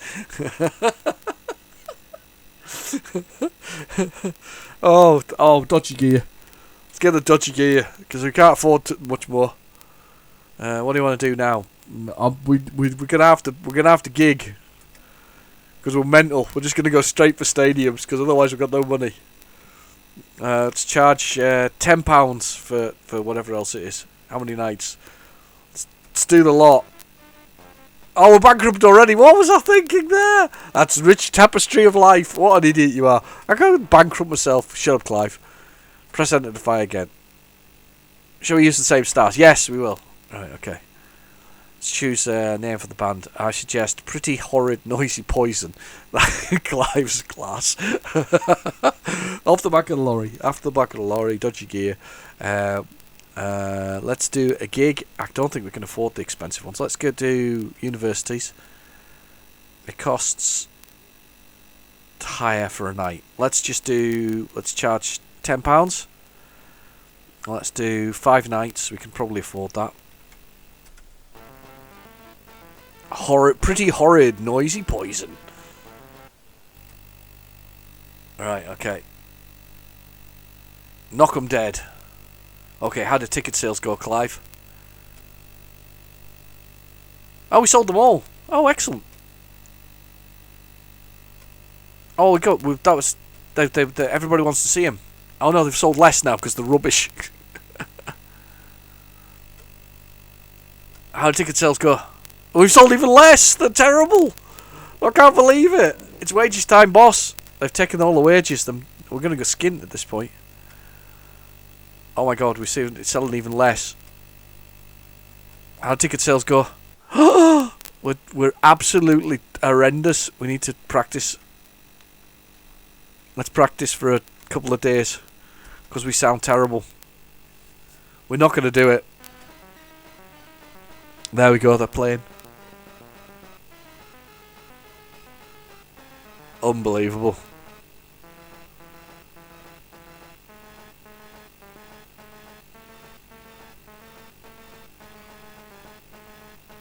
Brilliant. No, perfect now. Right, gig time. We've not got much money though. We're gonna have to do. Was it universities we did? I don't know. We'll do this one anyway. Universities. I'm gonna charge £10 for the ticket. We were terrible though, weren't we? That they hated us. Go on, knock 'em dead. How did ticket sales go? Wow, we sold 40 tickets. Oh my god. 400. Oh, that's better. They found out we're not so bad. Yay! Bad news is wages time, and we're skin. Rich tapestry of life. Oh my goodness. Oh, dear. Oh well, never mind. That was fun though. That was fun. It's worth playing. It's one of those games that I think is very much worth playing. However, good old Codemasters. I think it's one of those games that's not widely distributed again. So because I suppose it's their IP at the end of the day, but it would be nice if they did something with it. Right, I'm going to fast forward this tape now, and we'll see if there's anything after this. This could just be all characters. There was a lot of characters with the last lot. I'm just listening. It's quiet. Yeah, that's another character. I'm going to give that a fast forward. That's more characters. I think it was quite a full tape of characters. I'll see if they managed to get anything squeezed on the end of this. I certainly tested this and found that there was quite a lot of noise on it. However, it could have just been these characters.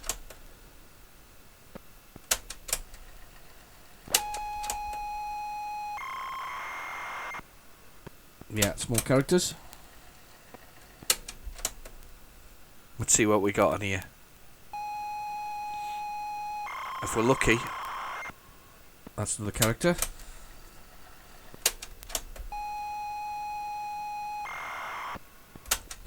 A shorter tape than I thought it was going to be this week, just because of the fact that we had these characters there. I'm going to flip it over in a minute though, because see if we got anything at empty space that I thought was empty before. It's quiet now. And that's characters still. Let's see what else we got. Come on.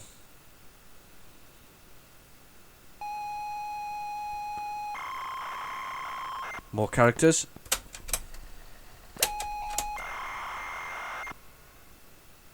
Let's see if this is the one. Come on then. There's still plenty of tape left, so I've still got hope. Look, God, so many characters on that game. So many characters. I can't remember how many it was. There was like 50 or something like that. I think there was. Gosh, you'd have to have some patience to go through all 50, wouldn't you? At least with the Amiga, you could load load it from disk, and it was quite quick. You could swap through them very easily. Did it feature on anything else? So it'll be the Atari ST. It'll have been the Amiga. I know it'll have featured probably on most of the 8-bit machines and generations there. But did it feature on anything else? Did it feature on some consoles at the time? Did it feature on the Mega Drive or anything like that? I wonder if it did. There was a Mega Drive game. There were a few what I would call management sim type games for the Mega Drive. I remember a Centurion, and it's a game that I really keep meaning to go back to because I remember enjoying Centurion, but I don't remember what it was about. I think it was a kind of akin to Defenders of the Crown, which is a game that I loved on the Amiga, where it was kind of about being sort of chivalrous and knights and all that kind of stuff.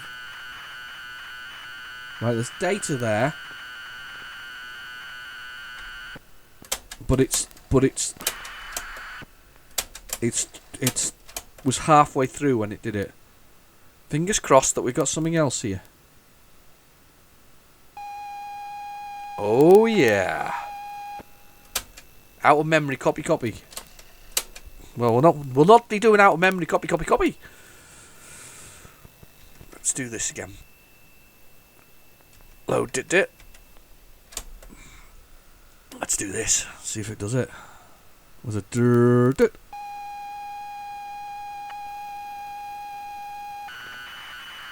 Oh, that was weird. What? That caused some kind of weird reaction there. It was definitely data, but not the kind of data it was expecting, and it had a little hissy fit as a result. That was really weird.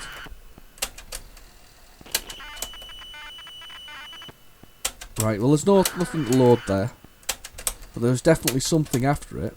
Right, okay, here we go. Let's see what this is. Fingers crossed. Oh, wow. What a weird effect that's having on the spectrum there. That data there has having the most weird reaction. I don't think I've ever seen that happen before.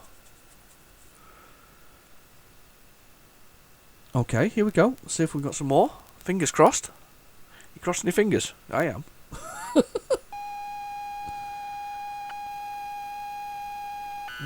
What a weird reaction it's having to that.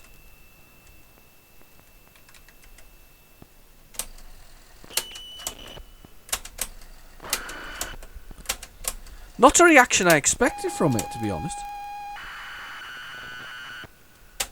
Another one that it's going like that for.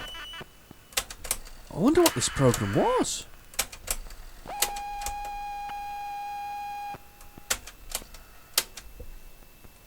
We'll give that a new, and I'll give it a load again, because there's well, maybe something there. Was a dirt there.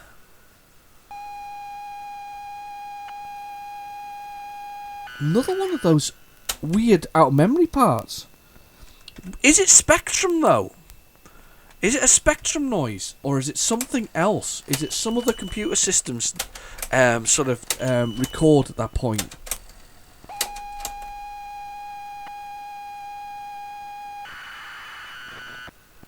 Wow. It sounds like the Spectrum.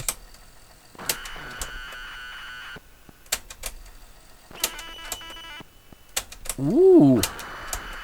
I love it when we get something weird.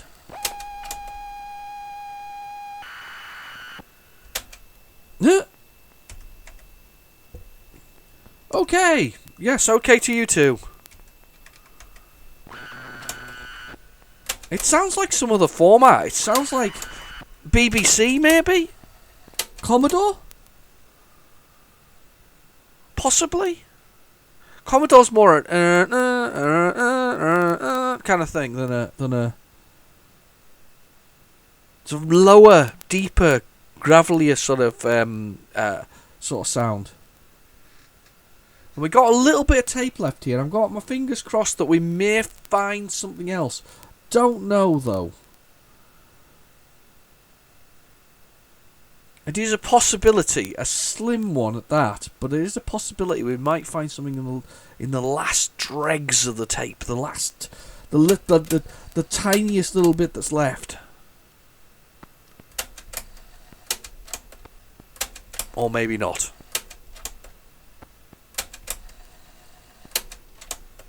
The last dregs, the last part of the...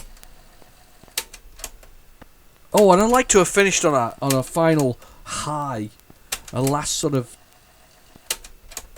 program. I have to admit though that No Fault's show jumping was actually really quite good.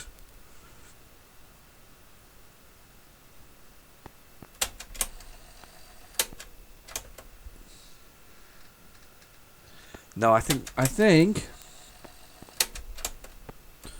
we are silent. We are silent. I'm going to rewind a little bit though. I'll fast forward on the other side a little bit. You know, past Stormlord. Now, just kind of little fiddle with that while we're just while you're there. If you're staying there, you might as well stay there for a bit longer. You know, let's have a little look and see what else we got here.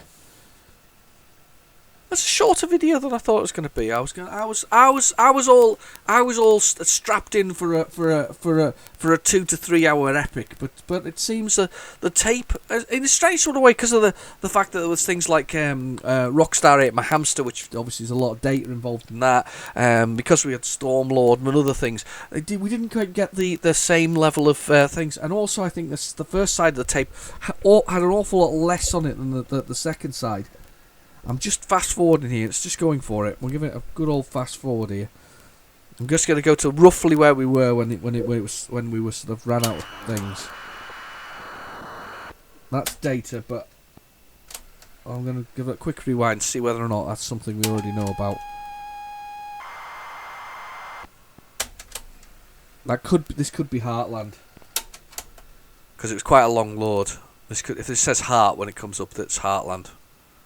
Or Broken Heart, sorry. Heartland. Why am I saying Heartland? Heartbroken. Oh no, hang on, we've got a bit of a pause here. Bit of a pause.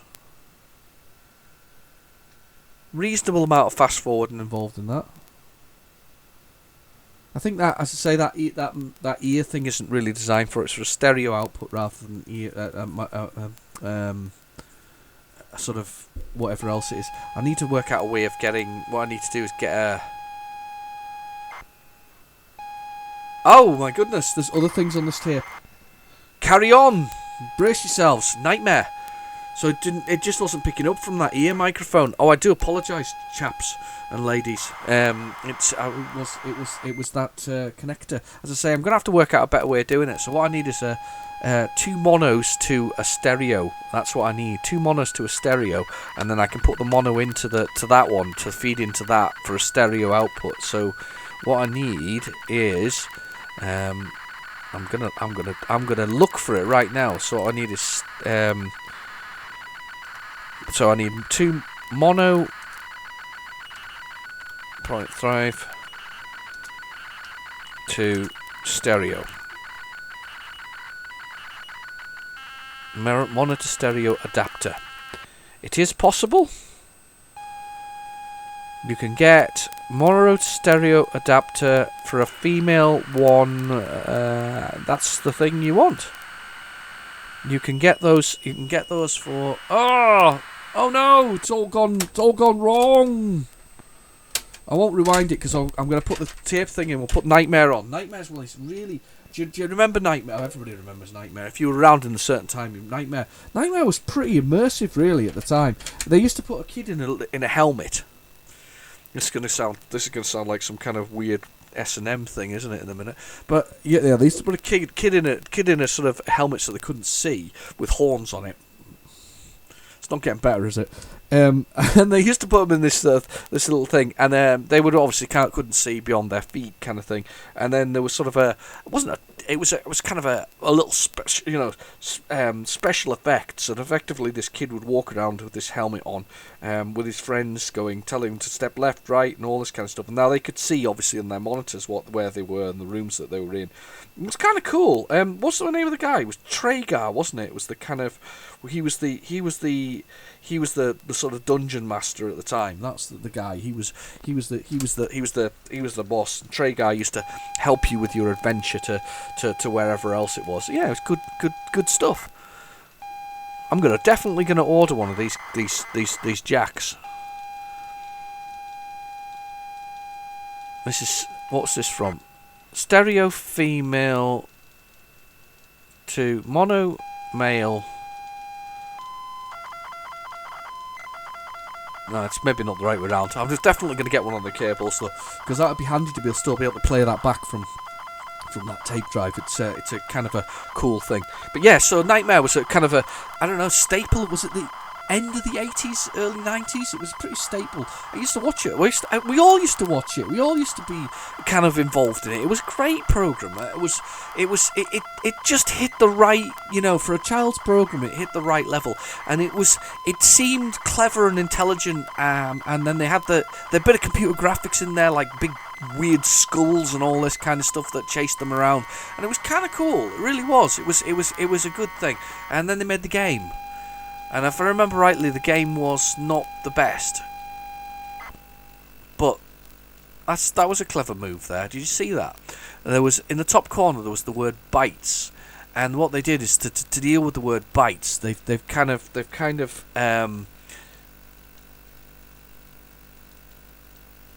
what's going on?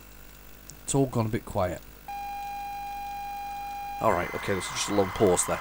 The word bytes appeared there in white, and then what they did is they overprinted it in black, thus making it disappear from the background. Kind of clever move, that. I kind of like that one. It was a sneaky one. Because what normally happens is when you do load again, you see a little line of text would go across your lovely picture that you did, and you kind of had to design your picture around the fact that there would be a line of data that would appear in that, and they kind of dealt with that there. That was kind of clever. Quite enjoyed that. I don't think I've ever played Nightmare. I don't think it's ever featured on What's on the Tape either. That's which is pretty true as well. I don't think it has featured on What's on the Tape. We've had a mixed batch here, by the way, of loading and not loading. We've definitely had a definite mixed sort of what's working and what's not working. We may have to strap in again though, because we're not only halfway through this tape now, and we've definitely got other things that are going to load on the Stormlord side. So that's really good. That's a great thing. I'm very pleased about that. No voices from the past. As I say, no voices from the past. I would like to have a few voices from the past. I've got some really weird ones, actually. I've got a weird selection of medical tape cassettes and drug rep tape cassettes that, and I'm not talking about drug reps who sell you marijuana here. I'm talking about just proper drug reps of the day, who used to sell drugs to sort of pharmacies and doctors' surgeries and to the NHS in general. But I've got a number of those that have been recorded over, so you've got games on them. But you've also got whatever medical stuff is in the interludes between, which is kind of weird. I'm looking forward to doing those ones at some point. I will definitely get to them. They will definitely feature in What's on the Tape. I'll probably do a recording of whatever medical stuff's on there. It'll be interesting to sort of hear some of it. One of the amusing things though is the one that I've skipped through the other day was that definitely had a whole Nurofen section. So you know. Which is a brand of pain relief, effectively. And they had a whole Nurofen sort of section about whatever else it is, and make sure you fill in your card included with this cassette to get your free samples of, and it's kind of cool. That was interesting stuff, if you know what I mean. At the time, that this is one of the methods of selling things nowadays. I think you just put it on the internet, don't you? You know, that's everything's on the internet, the whole thing. You know, fill in a form online and we'll send you something. Well, maybe. Do miss those days. We discussed this last week, didn't we, with the Sugar Puff Monster? You know, that was, and I just, you know, you miss writing, but still worth doing. It's still worth putting pen to paper for some things. Now, if I remember rightly, the candle's your time in the whole thing, as it burns down, like she's running out of time. I think this is a cross between an adventure game and something else. Obviously, clearly, you can't shout at the character, go left and right. You just control their left and right. So there's none of that. The nightmare kind of things there. I mean, what a clever play on words that is. I don't think I've ever seen another game called Nightmare. I wonder if they trademarked it forever. Nightmare is the name of an ITV program. Who was it by? It was probably Time Tease, wasn't it? That would be the thing. Because we had Supergran and all those other things as well. Ugh. What was the song that went with it? Batman, Superman, something. Nobody can do something with Supergram. I don't know. Can't remember. Long time ago. I'm sure I sang it when it was one take. It was Billy Connolly did the song though. Good old Billy Connolly did that. Right, 87, Nightmare. Oh, it's got the tune.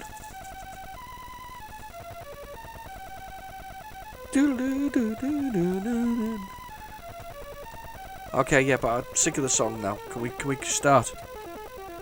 Oh, I have to listen, do I? There we go. Welcome, watchers, to the illusion of the Castle of Confusion. The Castle of Confusion.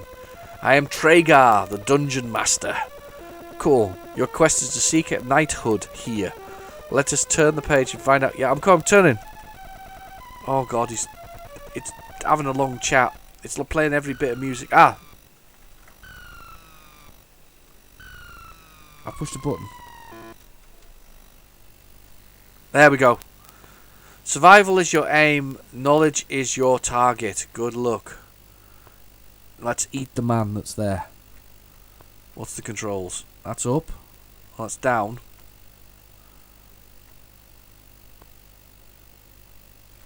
Left, right. Yeah, okay. Ugh, horrible keys.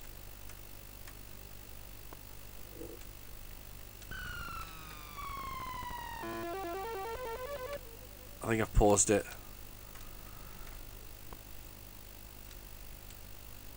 Okay, so I'm in my helmet, which I shouldn't be able to see out of, but I can. There's a dungeon. There's some food clearly there. I don't know how I picked the food up. Oh, I like the candle dripping. That's kind of cool. What's to pick up the... That's quit. Ask. Oh, you got to push buttons on the keyboard. Oh, God. Eat. Dig. Close. Take. Alchemy. A peasant meal. You waste your time. Take. Their actions are fruitless. Right, okay, well, fair enough. Give us a break now, Traeger. What buttons can I do? What other buttons can I do? Use. Hit door. Thou shalt hurt thyself. Alright. Open the door. I've opened the door. That was pretty tough, wasn't it? Let's open this door then. Open the door. The door is locked. What's this? Take. Peasant's meal. You waste your time. I don't know what I'm doing with this. Traeger, you're not helping me out much. Can I talk to him then? What's alchemy? It's impossible action. Requires magic power. I'm not sure what I'm meant to be doing here. Anyway, yes. That is Nightmare on the Spectrum. I have no idea what I'm doing with it. It's not a game I played back in the day, and I don't recognise. I knew it was out there. Why didn't I buy that? It makes me wonder now, because I quite liked the TV show. I used to watch that on a regular basis, like a lot of people did. You know, it was something we used to watch. We used to like sort of Nightmare. Was it one of the later things? You know, after you had your cartoons, because there was that format, wasn't there, for those TV programs? It was like you would have the sort of the kind of early on stuff was kind of babyish. And then as it moved through, you then had cartoons. You usually had Dungeons and Dragons with that. I always loved that cartoon. Dungeons and Dragons was awesome. Dungeons and Dragons, Scooby-Doo, and Spider-Man. Spider-Man and Friends. Remember that with Iceman and Firestar. Firestar, was that a name? I think it was Firestar. And there was Spider-Man and Friends, and then with Iceman. I always thought Iceman was cooler than Spider-Man. I'm sorry, because at least he could surf around the place on his ice and freeze stuff, and he was like all glacier like and ice manny. I always thought he was cooler than Spider-Man. I'm sorry, but you know I did. But you had that, and then you had sort of the little more, you know, I don't know, a little bit more edgy children drama type stuff, you know, your Biker Groves or that kind of thing, with including a Nightmare, and then obviously then it rolled into the stuff that we all hated and never bloody watched, you know, the Blue Peters of the world. Seriously, Blue Peter, why? I know it's kind of childlike informative, but it really wasn't good. Bobby Ball Bearing? Can't remember. We'll find out in a second. Hopefully it'll load. Anyway, yeah, no. So we kind of, I don't know. We're just weird, isn't it? We had those tape error, rewind and reload. Yeah, okay. I think this is Bobby Ball Bearing. I think definitely Bobby Ball Bearing. Let's give this another try. Let's do the load. It's got a fast loader on it here though, so we're gonna struggle with this one. I think it's Bobby Ball Bearing. We'll see. Might have to get this on the old tape loader there. Yeah, but nobody watched Blue Peter, did they? Or we kind of felt like we had to, because it was like part of the children's thing. Because we were kind of, you know, obviously we didn't have billions of children's channels or Disney Plus and all this kind of stuff. So we kind of, yeah, it's Bobby Bearing. I have got it just in case. But yeah, we kind of had to put up with that, and I always thought that I think we watched it because you felt that it was part of the children's programming. So you kind of felt obligated to watch it because like it was for the kids, and I think that's the only reason anybody ever really watched Blue Peter. I think that's the only reason I watched Blue Peter.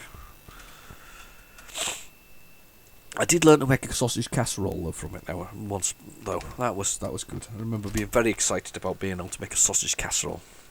As far as I remember, it was just like sausages like cooked cut up, chucked into with a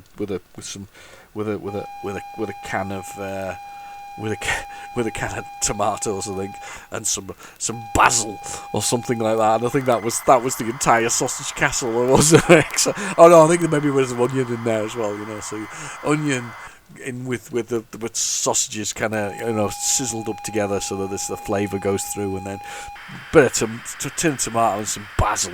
I think that was the deal. I think that's what we had. I do remember that. Yeah. That's about the best I remember. I don't remember anything else, to be honest with you. You see clips in it, I can't remember a thing about it. I just really can't. I can't remember anything. And they had them badges. What was the point of the badges? I suppose it was to give somebody a badge, wasn't it, rather than anything else. But still, the badges was something they had. Yeah. The Edge. I like The Edge. The Edge created some of my fave games, to be honest with you. Being Starbiker being number one. Didn't they do Brian Bloodaxe as well, which is very bizarre. It's one of the early games from my recollection that kind of pretends that it reboots back to it sort of restarts your Spectrum. I remember that being a factor of it. I'm not sure what this one's about. Oh, this is very clever. Look at all this stuff going on. Bobby Bearing's family life in the Technosphere, a land of the future, made of steel and inhabited by the things of steel. Right, land of steel with things of steel. Bobby and his brothers had been warned on many occasions, I'm guessing it is, not to venture into the metal planes outside their home. It's a bit slow, isn't it? And to give them credit, they'd been pretty good about it. Well done, Bobby. Good. That is until their rogue cousin came to visit. Oh, it's always that nasty cousin. That's what it is. The nasty, nasty cousins made them go out in the plains. Choose a keyboard or joystick option with keys 6 and 7. Yeah, okay, that's up and down. Then press 0 to start the game. Brilliant. Okay. Use space to pause. Q to quit. To cheat. Oh, to cheat. In sticky situations. Ooh. And 1 to 4 whilst paused resets the game. 1 and 4 resets the game during pause. Right, okay. Q to quit. Q to cheat. That's a new one for me. Usually Q to quit. Look out for other great games from The Edge. It's a great name for a company. Ah! It's crashed! And it fully loaded and crashed. Probably doesn't like the loader on there. I may have to come back to that one. At the moment, we're going to carry on with the tape and we'll see what else is there. That's a bit of a shame. I've never even played Bobby Bearing. Ooh, that wasn't very nice of it, was it? Loaded it even. That was naughty. Caught me out there at the end there. We just thought we were going to get it and then it just didn't. Okay. Oh, that's just data there. Some just data.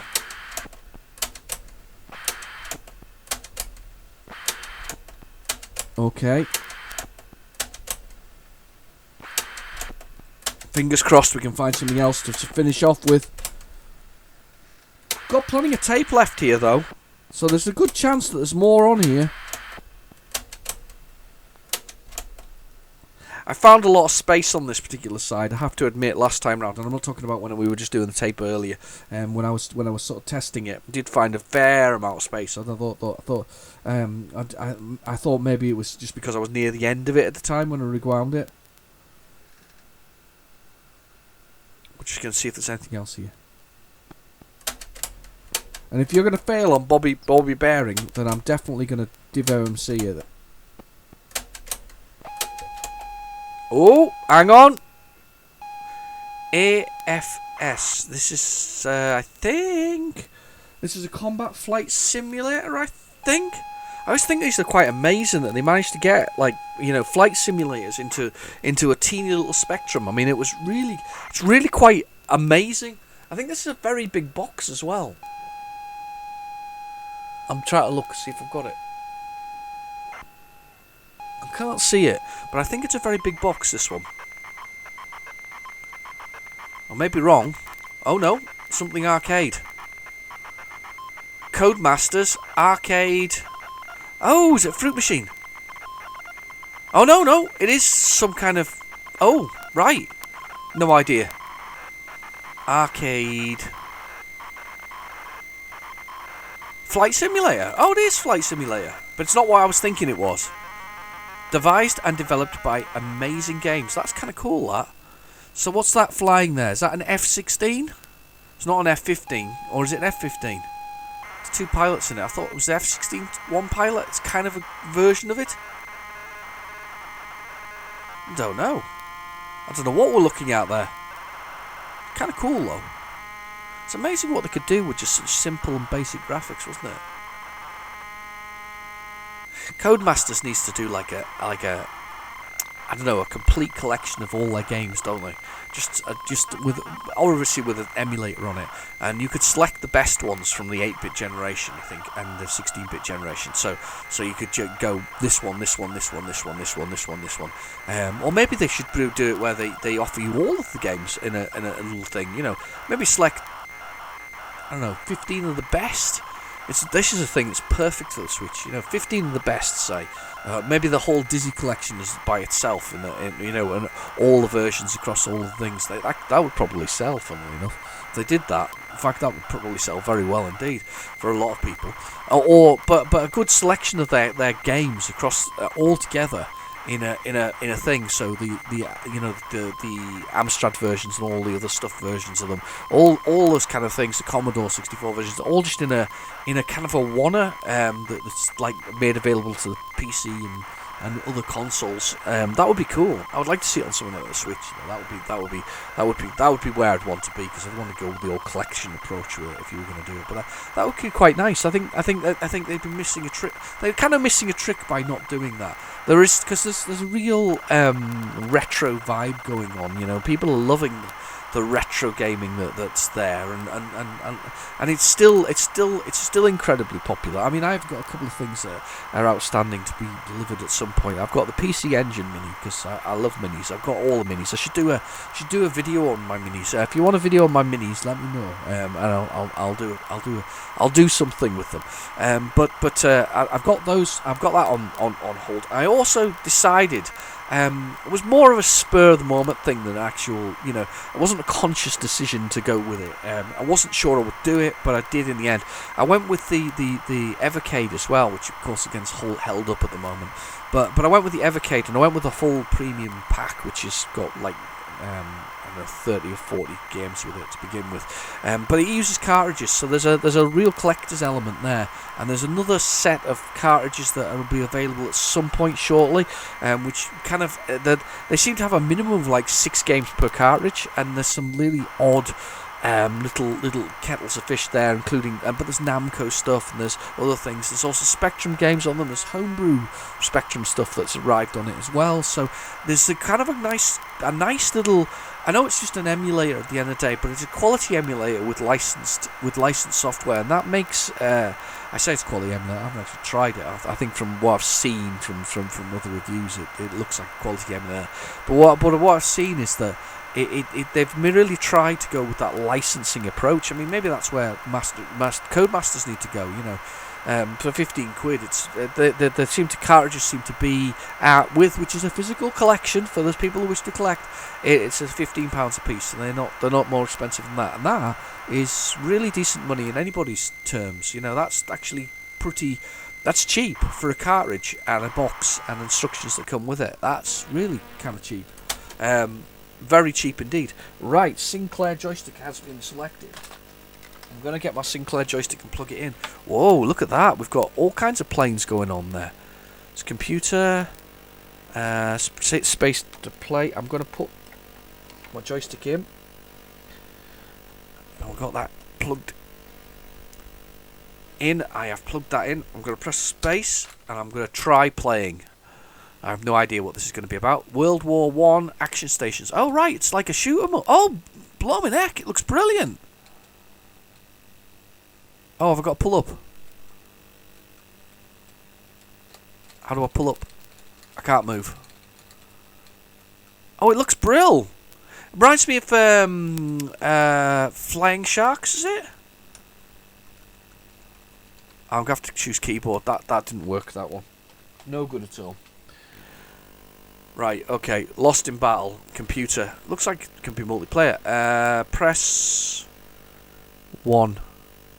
Ooh, look, you can put... Oh, wow, you could be on the same set keyboard. So it's computer, right, okay.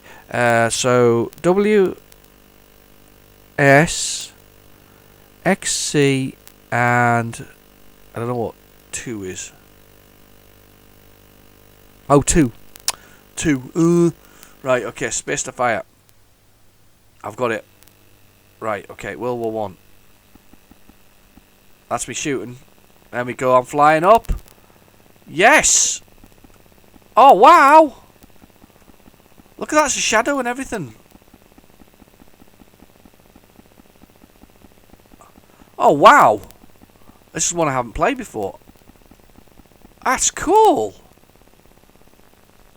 I wonder what it's like on other... do you know, now I've looked at it, I'm like, I wonder what it's like on other computer, machines. Right, I'm up to full height here.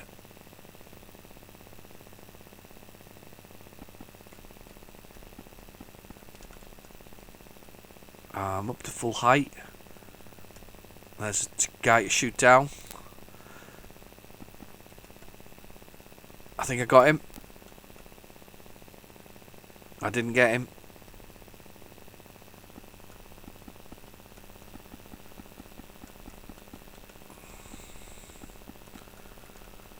Oh wow, look at the football field. There's a base. That's kind of cool, isn't it? What about that? I'm going to crash now though, because I've run out of fuel. World War One action stations. That's pretty cool. Yes, got him.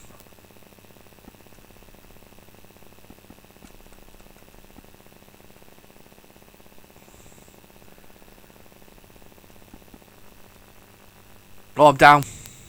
Oh, quite like that one. I've not played that one before. Arcade Flight Sim from Demon from Codemasters 1989. Very good. Excellent. Oh, we're getting lucky here with some of these. These are quite good. Again, it would have been a game I probably would have bypassed me because I would have been Commodore Amiga by then. To be fair, so it was a game that I probably didn't have. Okay, let's see what else is on here. There must be some more. We've still got quite a wad of tape to do, so we're still good to go.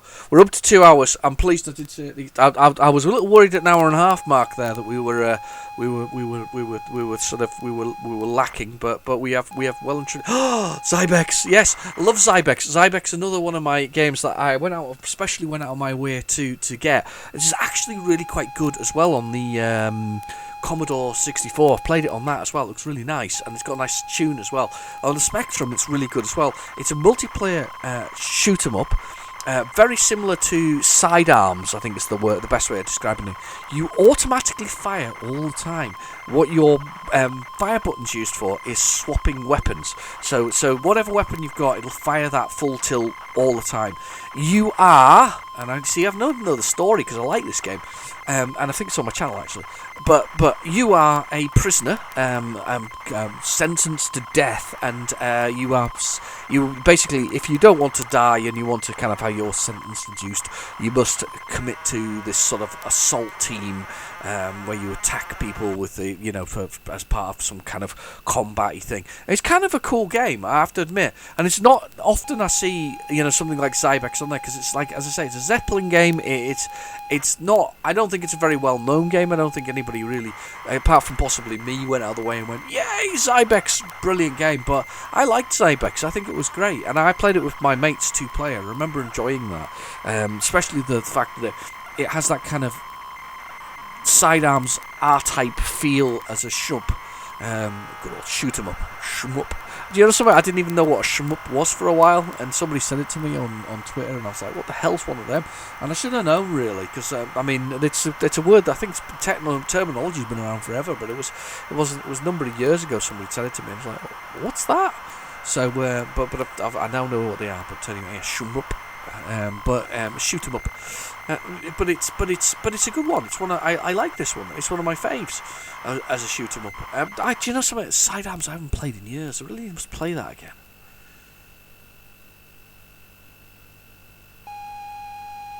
For a minute there, for a few seconds.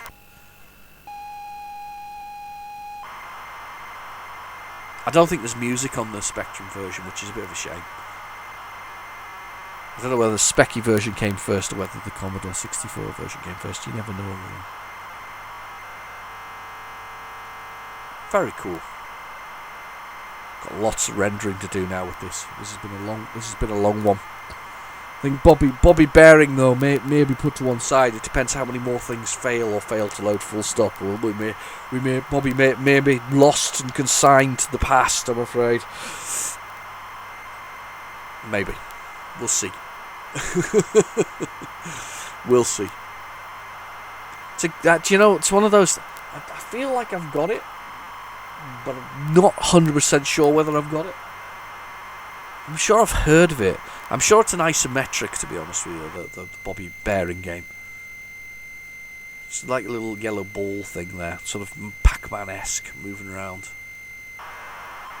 Zeppelin games. What happened to Zeppelin games? They disappear as well into obscurity. Were they one of those companies that never turned up again? Just that was it. This is the little short run in the end of the 80s, into the early 90s. Plenty of companies turned up and disappeared along the way. Lots of little odds and sods were involved. They're there and gone and whatever else is. The logo's pretty cool though. Somebody went to a lot of trouble to make sure that logo looked good, didn't it? No overlapping colours for the most part. There's a little bit underneath the Z where the game goes into there, but beyond that, it's pretty spot on. But that was the only way they could get the G a little bit larger. That's the thing. So that 8x8 characters where the colour clash is involved. But it's pretty good. I quite like it. And some clever little touches. They had to get clever with this to do the colours correctly. For instance, if you look at the little sort of city below the Zeppelin there, the way that the cyan one goes there, and there's a break in the red that goes wrapping round it all to do it, that just is the right space that there wouldn't be a colour clash between the two, so you get that black that fits in nicely. Very nicely done. Problem with Spectrum was it just needed a few more colours, if you ask me, to do things. Right, okay. 1 to define. That's right. You can only choose the keys. So it's Q, W, S, Q, Z. Sorry, I'm just looking at controls. W, Z. AS. Oh, it's a horrible set of keys, those. Right, but we'll give it a try.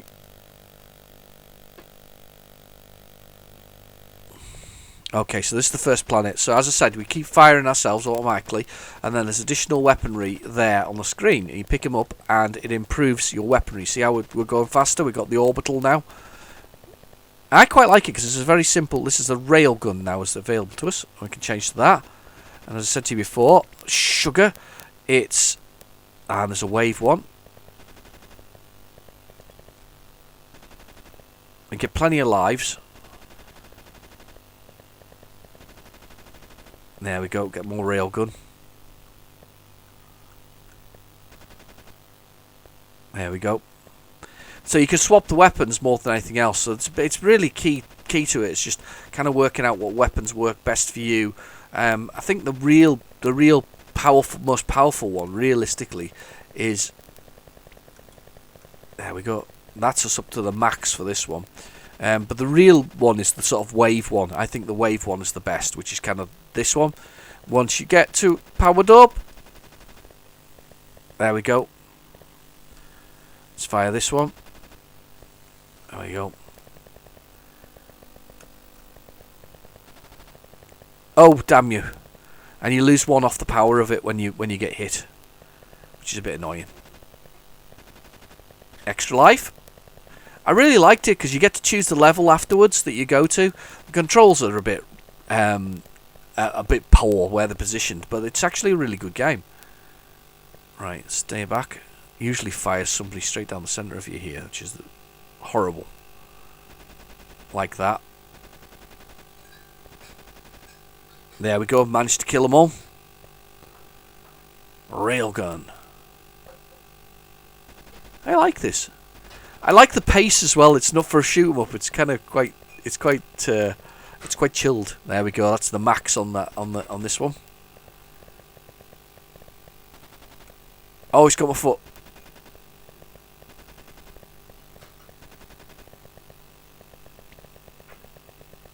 There we go. Max fire on that one. Can't remember how many other weapons there are. I think there's a few more as well. They're quite long levels. With two of you though, it's really simple, or it's a lot easier to play. Damn you. I think they're just bonuses. Yeah, that's right. It's worth playing though. I think it is anyway. This must have been one of the very last games that I actually purchased at the Spectrum back in the day. It would have been, as I say, around the time when I was looking at my sort of Commodore and Amiga and things like that. So it would have been one of my very last in my sort of games that I got. There we go. Some more railgun. Max railgun now. Boom, boom, boom. Boom. Boom. Boom. Got them all. Excellent. That's it. Come at me. Oh, they didn't come at me. There we go. I don't know if these are all the weapons. I can't remember anything else though. It's just odd that they're not. It doesn't fill up all the spaces at the top of the screen. I think there must be more to it than this.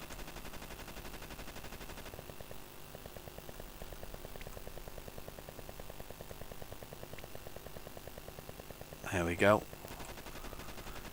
They're kind of, I think they're random as well, levels. I don't remember, I think they change when you play through them, so they're different every time round. But as I say, the pace is quite sedate really for a shoot 'em up.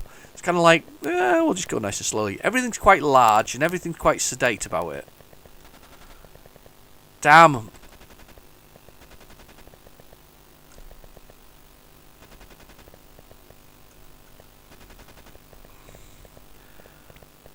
There you go. Zapped you. Well, maybe see if we can make it to the end of the level. That'd be cool. Ah! Wow, loads of bonuses. There we go. We've been thrown out. Level complete. Yeah, so you need tokens. I found no tokens.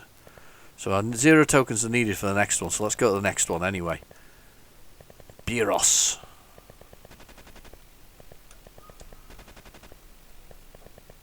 There's another weapon. I knew there was. What's that one? 8-way. Very handy.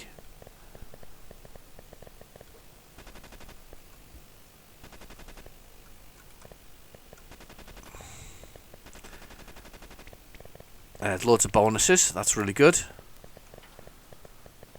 Oh, coffee feeding time has occurred. Coffee feeding. Feeding of coffee. Oh, no. No, hang on. Got coffee. I have coffee. Coffee has been refilled. It's important stuff, this. We're getting the coffee refill. Oh, coffee. Here we go. We struggled to get it on the desk, but we have made it. We have coffee. Right, I'm not going to enter my name. Unless I can. No, I have to just scroll through the cursor keys. That's really good. I enjoyed that one, though. It's a good game. A lot of fun. I recommend that one, simply because it is quite fun, really. Oh, I've managed to put the D in. That's fine.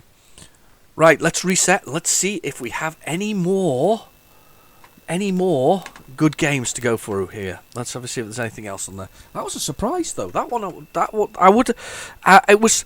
I always find it interesting to see what people actually did copy. We do see a lot of the same things over and over again, don't we? We definitely see the Trashmans of the world a lot.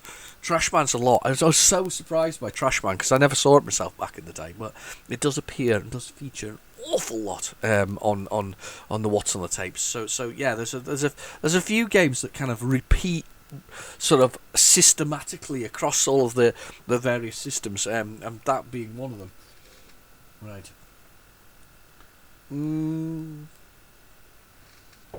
Oh, hot coffee.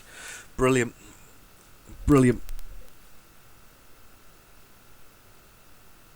It's very quiet on the tape. Doesn't mean there's nothing there. We still have a little bit to go on it. I could see at least another game or two. If it is there. Very quiet now. I'm going to get that stereo to mono jack, though, definitely. That's going to happen. Oh, sorry, mono to stereo jack. That's what I need, didn't it? Mono to stereo jack.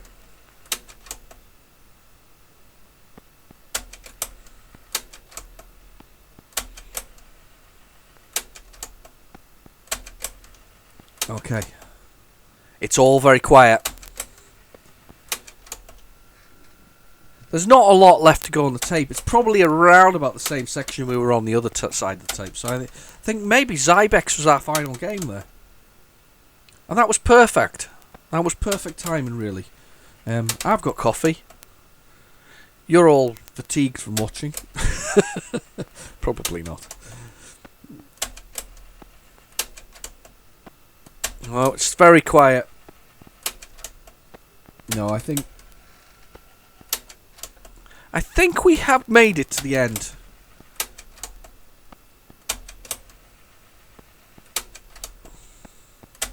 We have made it to the end. That's where we're at.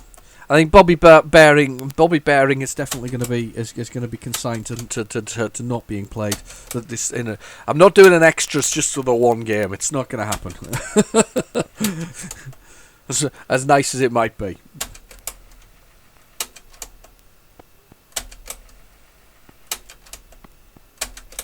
We'll have a little look. Yeah, that's it. That's the tape over. It's all finished. It's all over, and that's another end to another What's on the Tape. I hope you enjoyed. I've been your host, Real Genetic Demon. Please feel free to like and subscribe, and I'll see you soon. Take care of yourselves. Bye-bye now.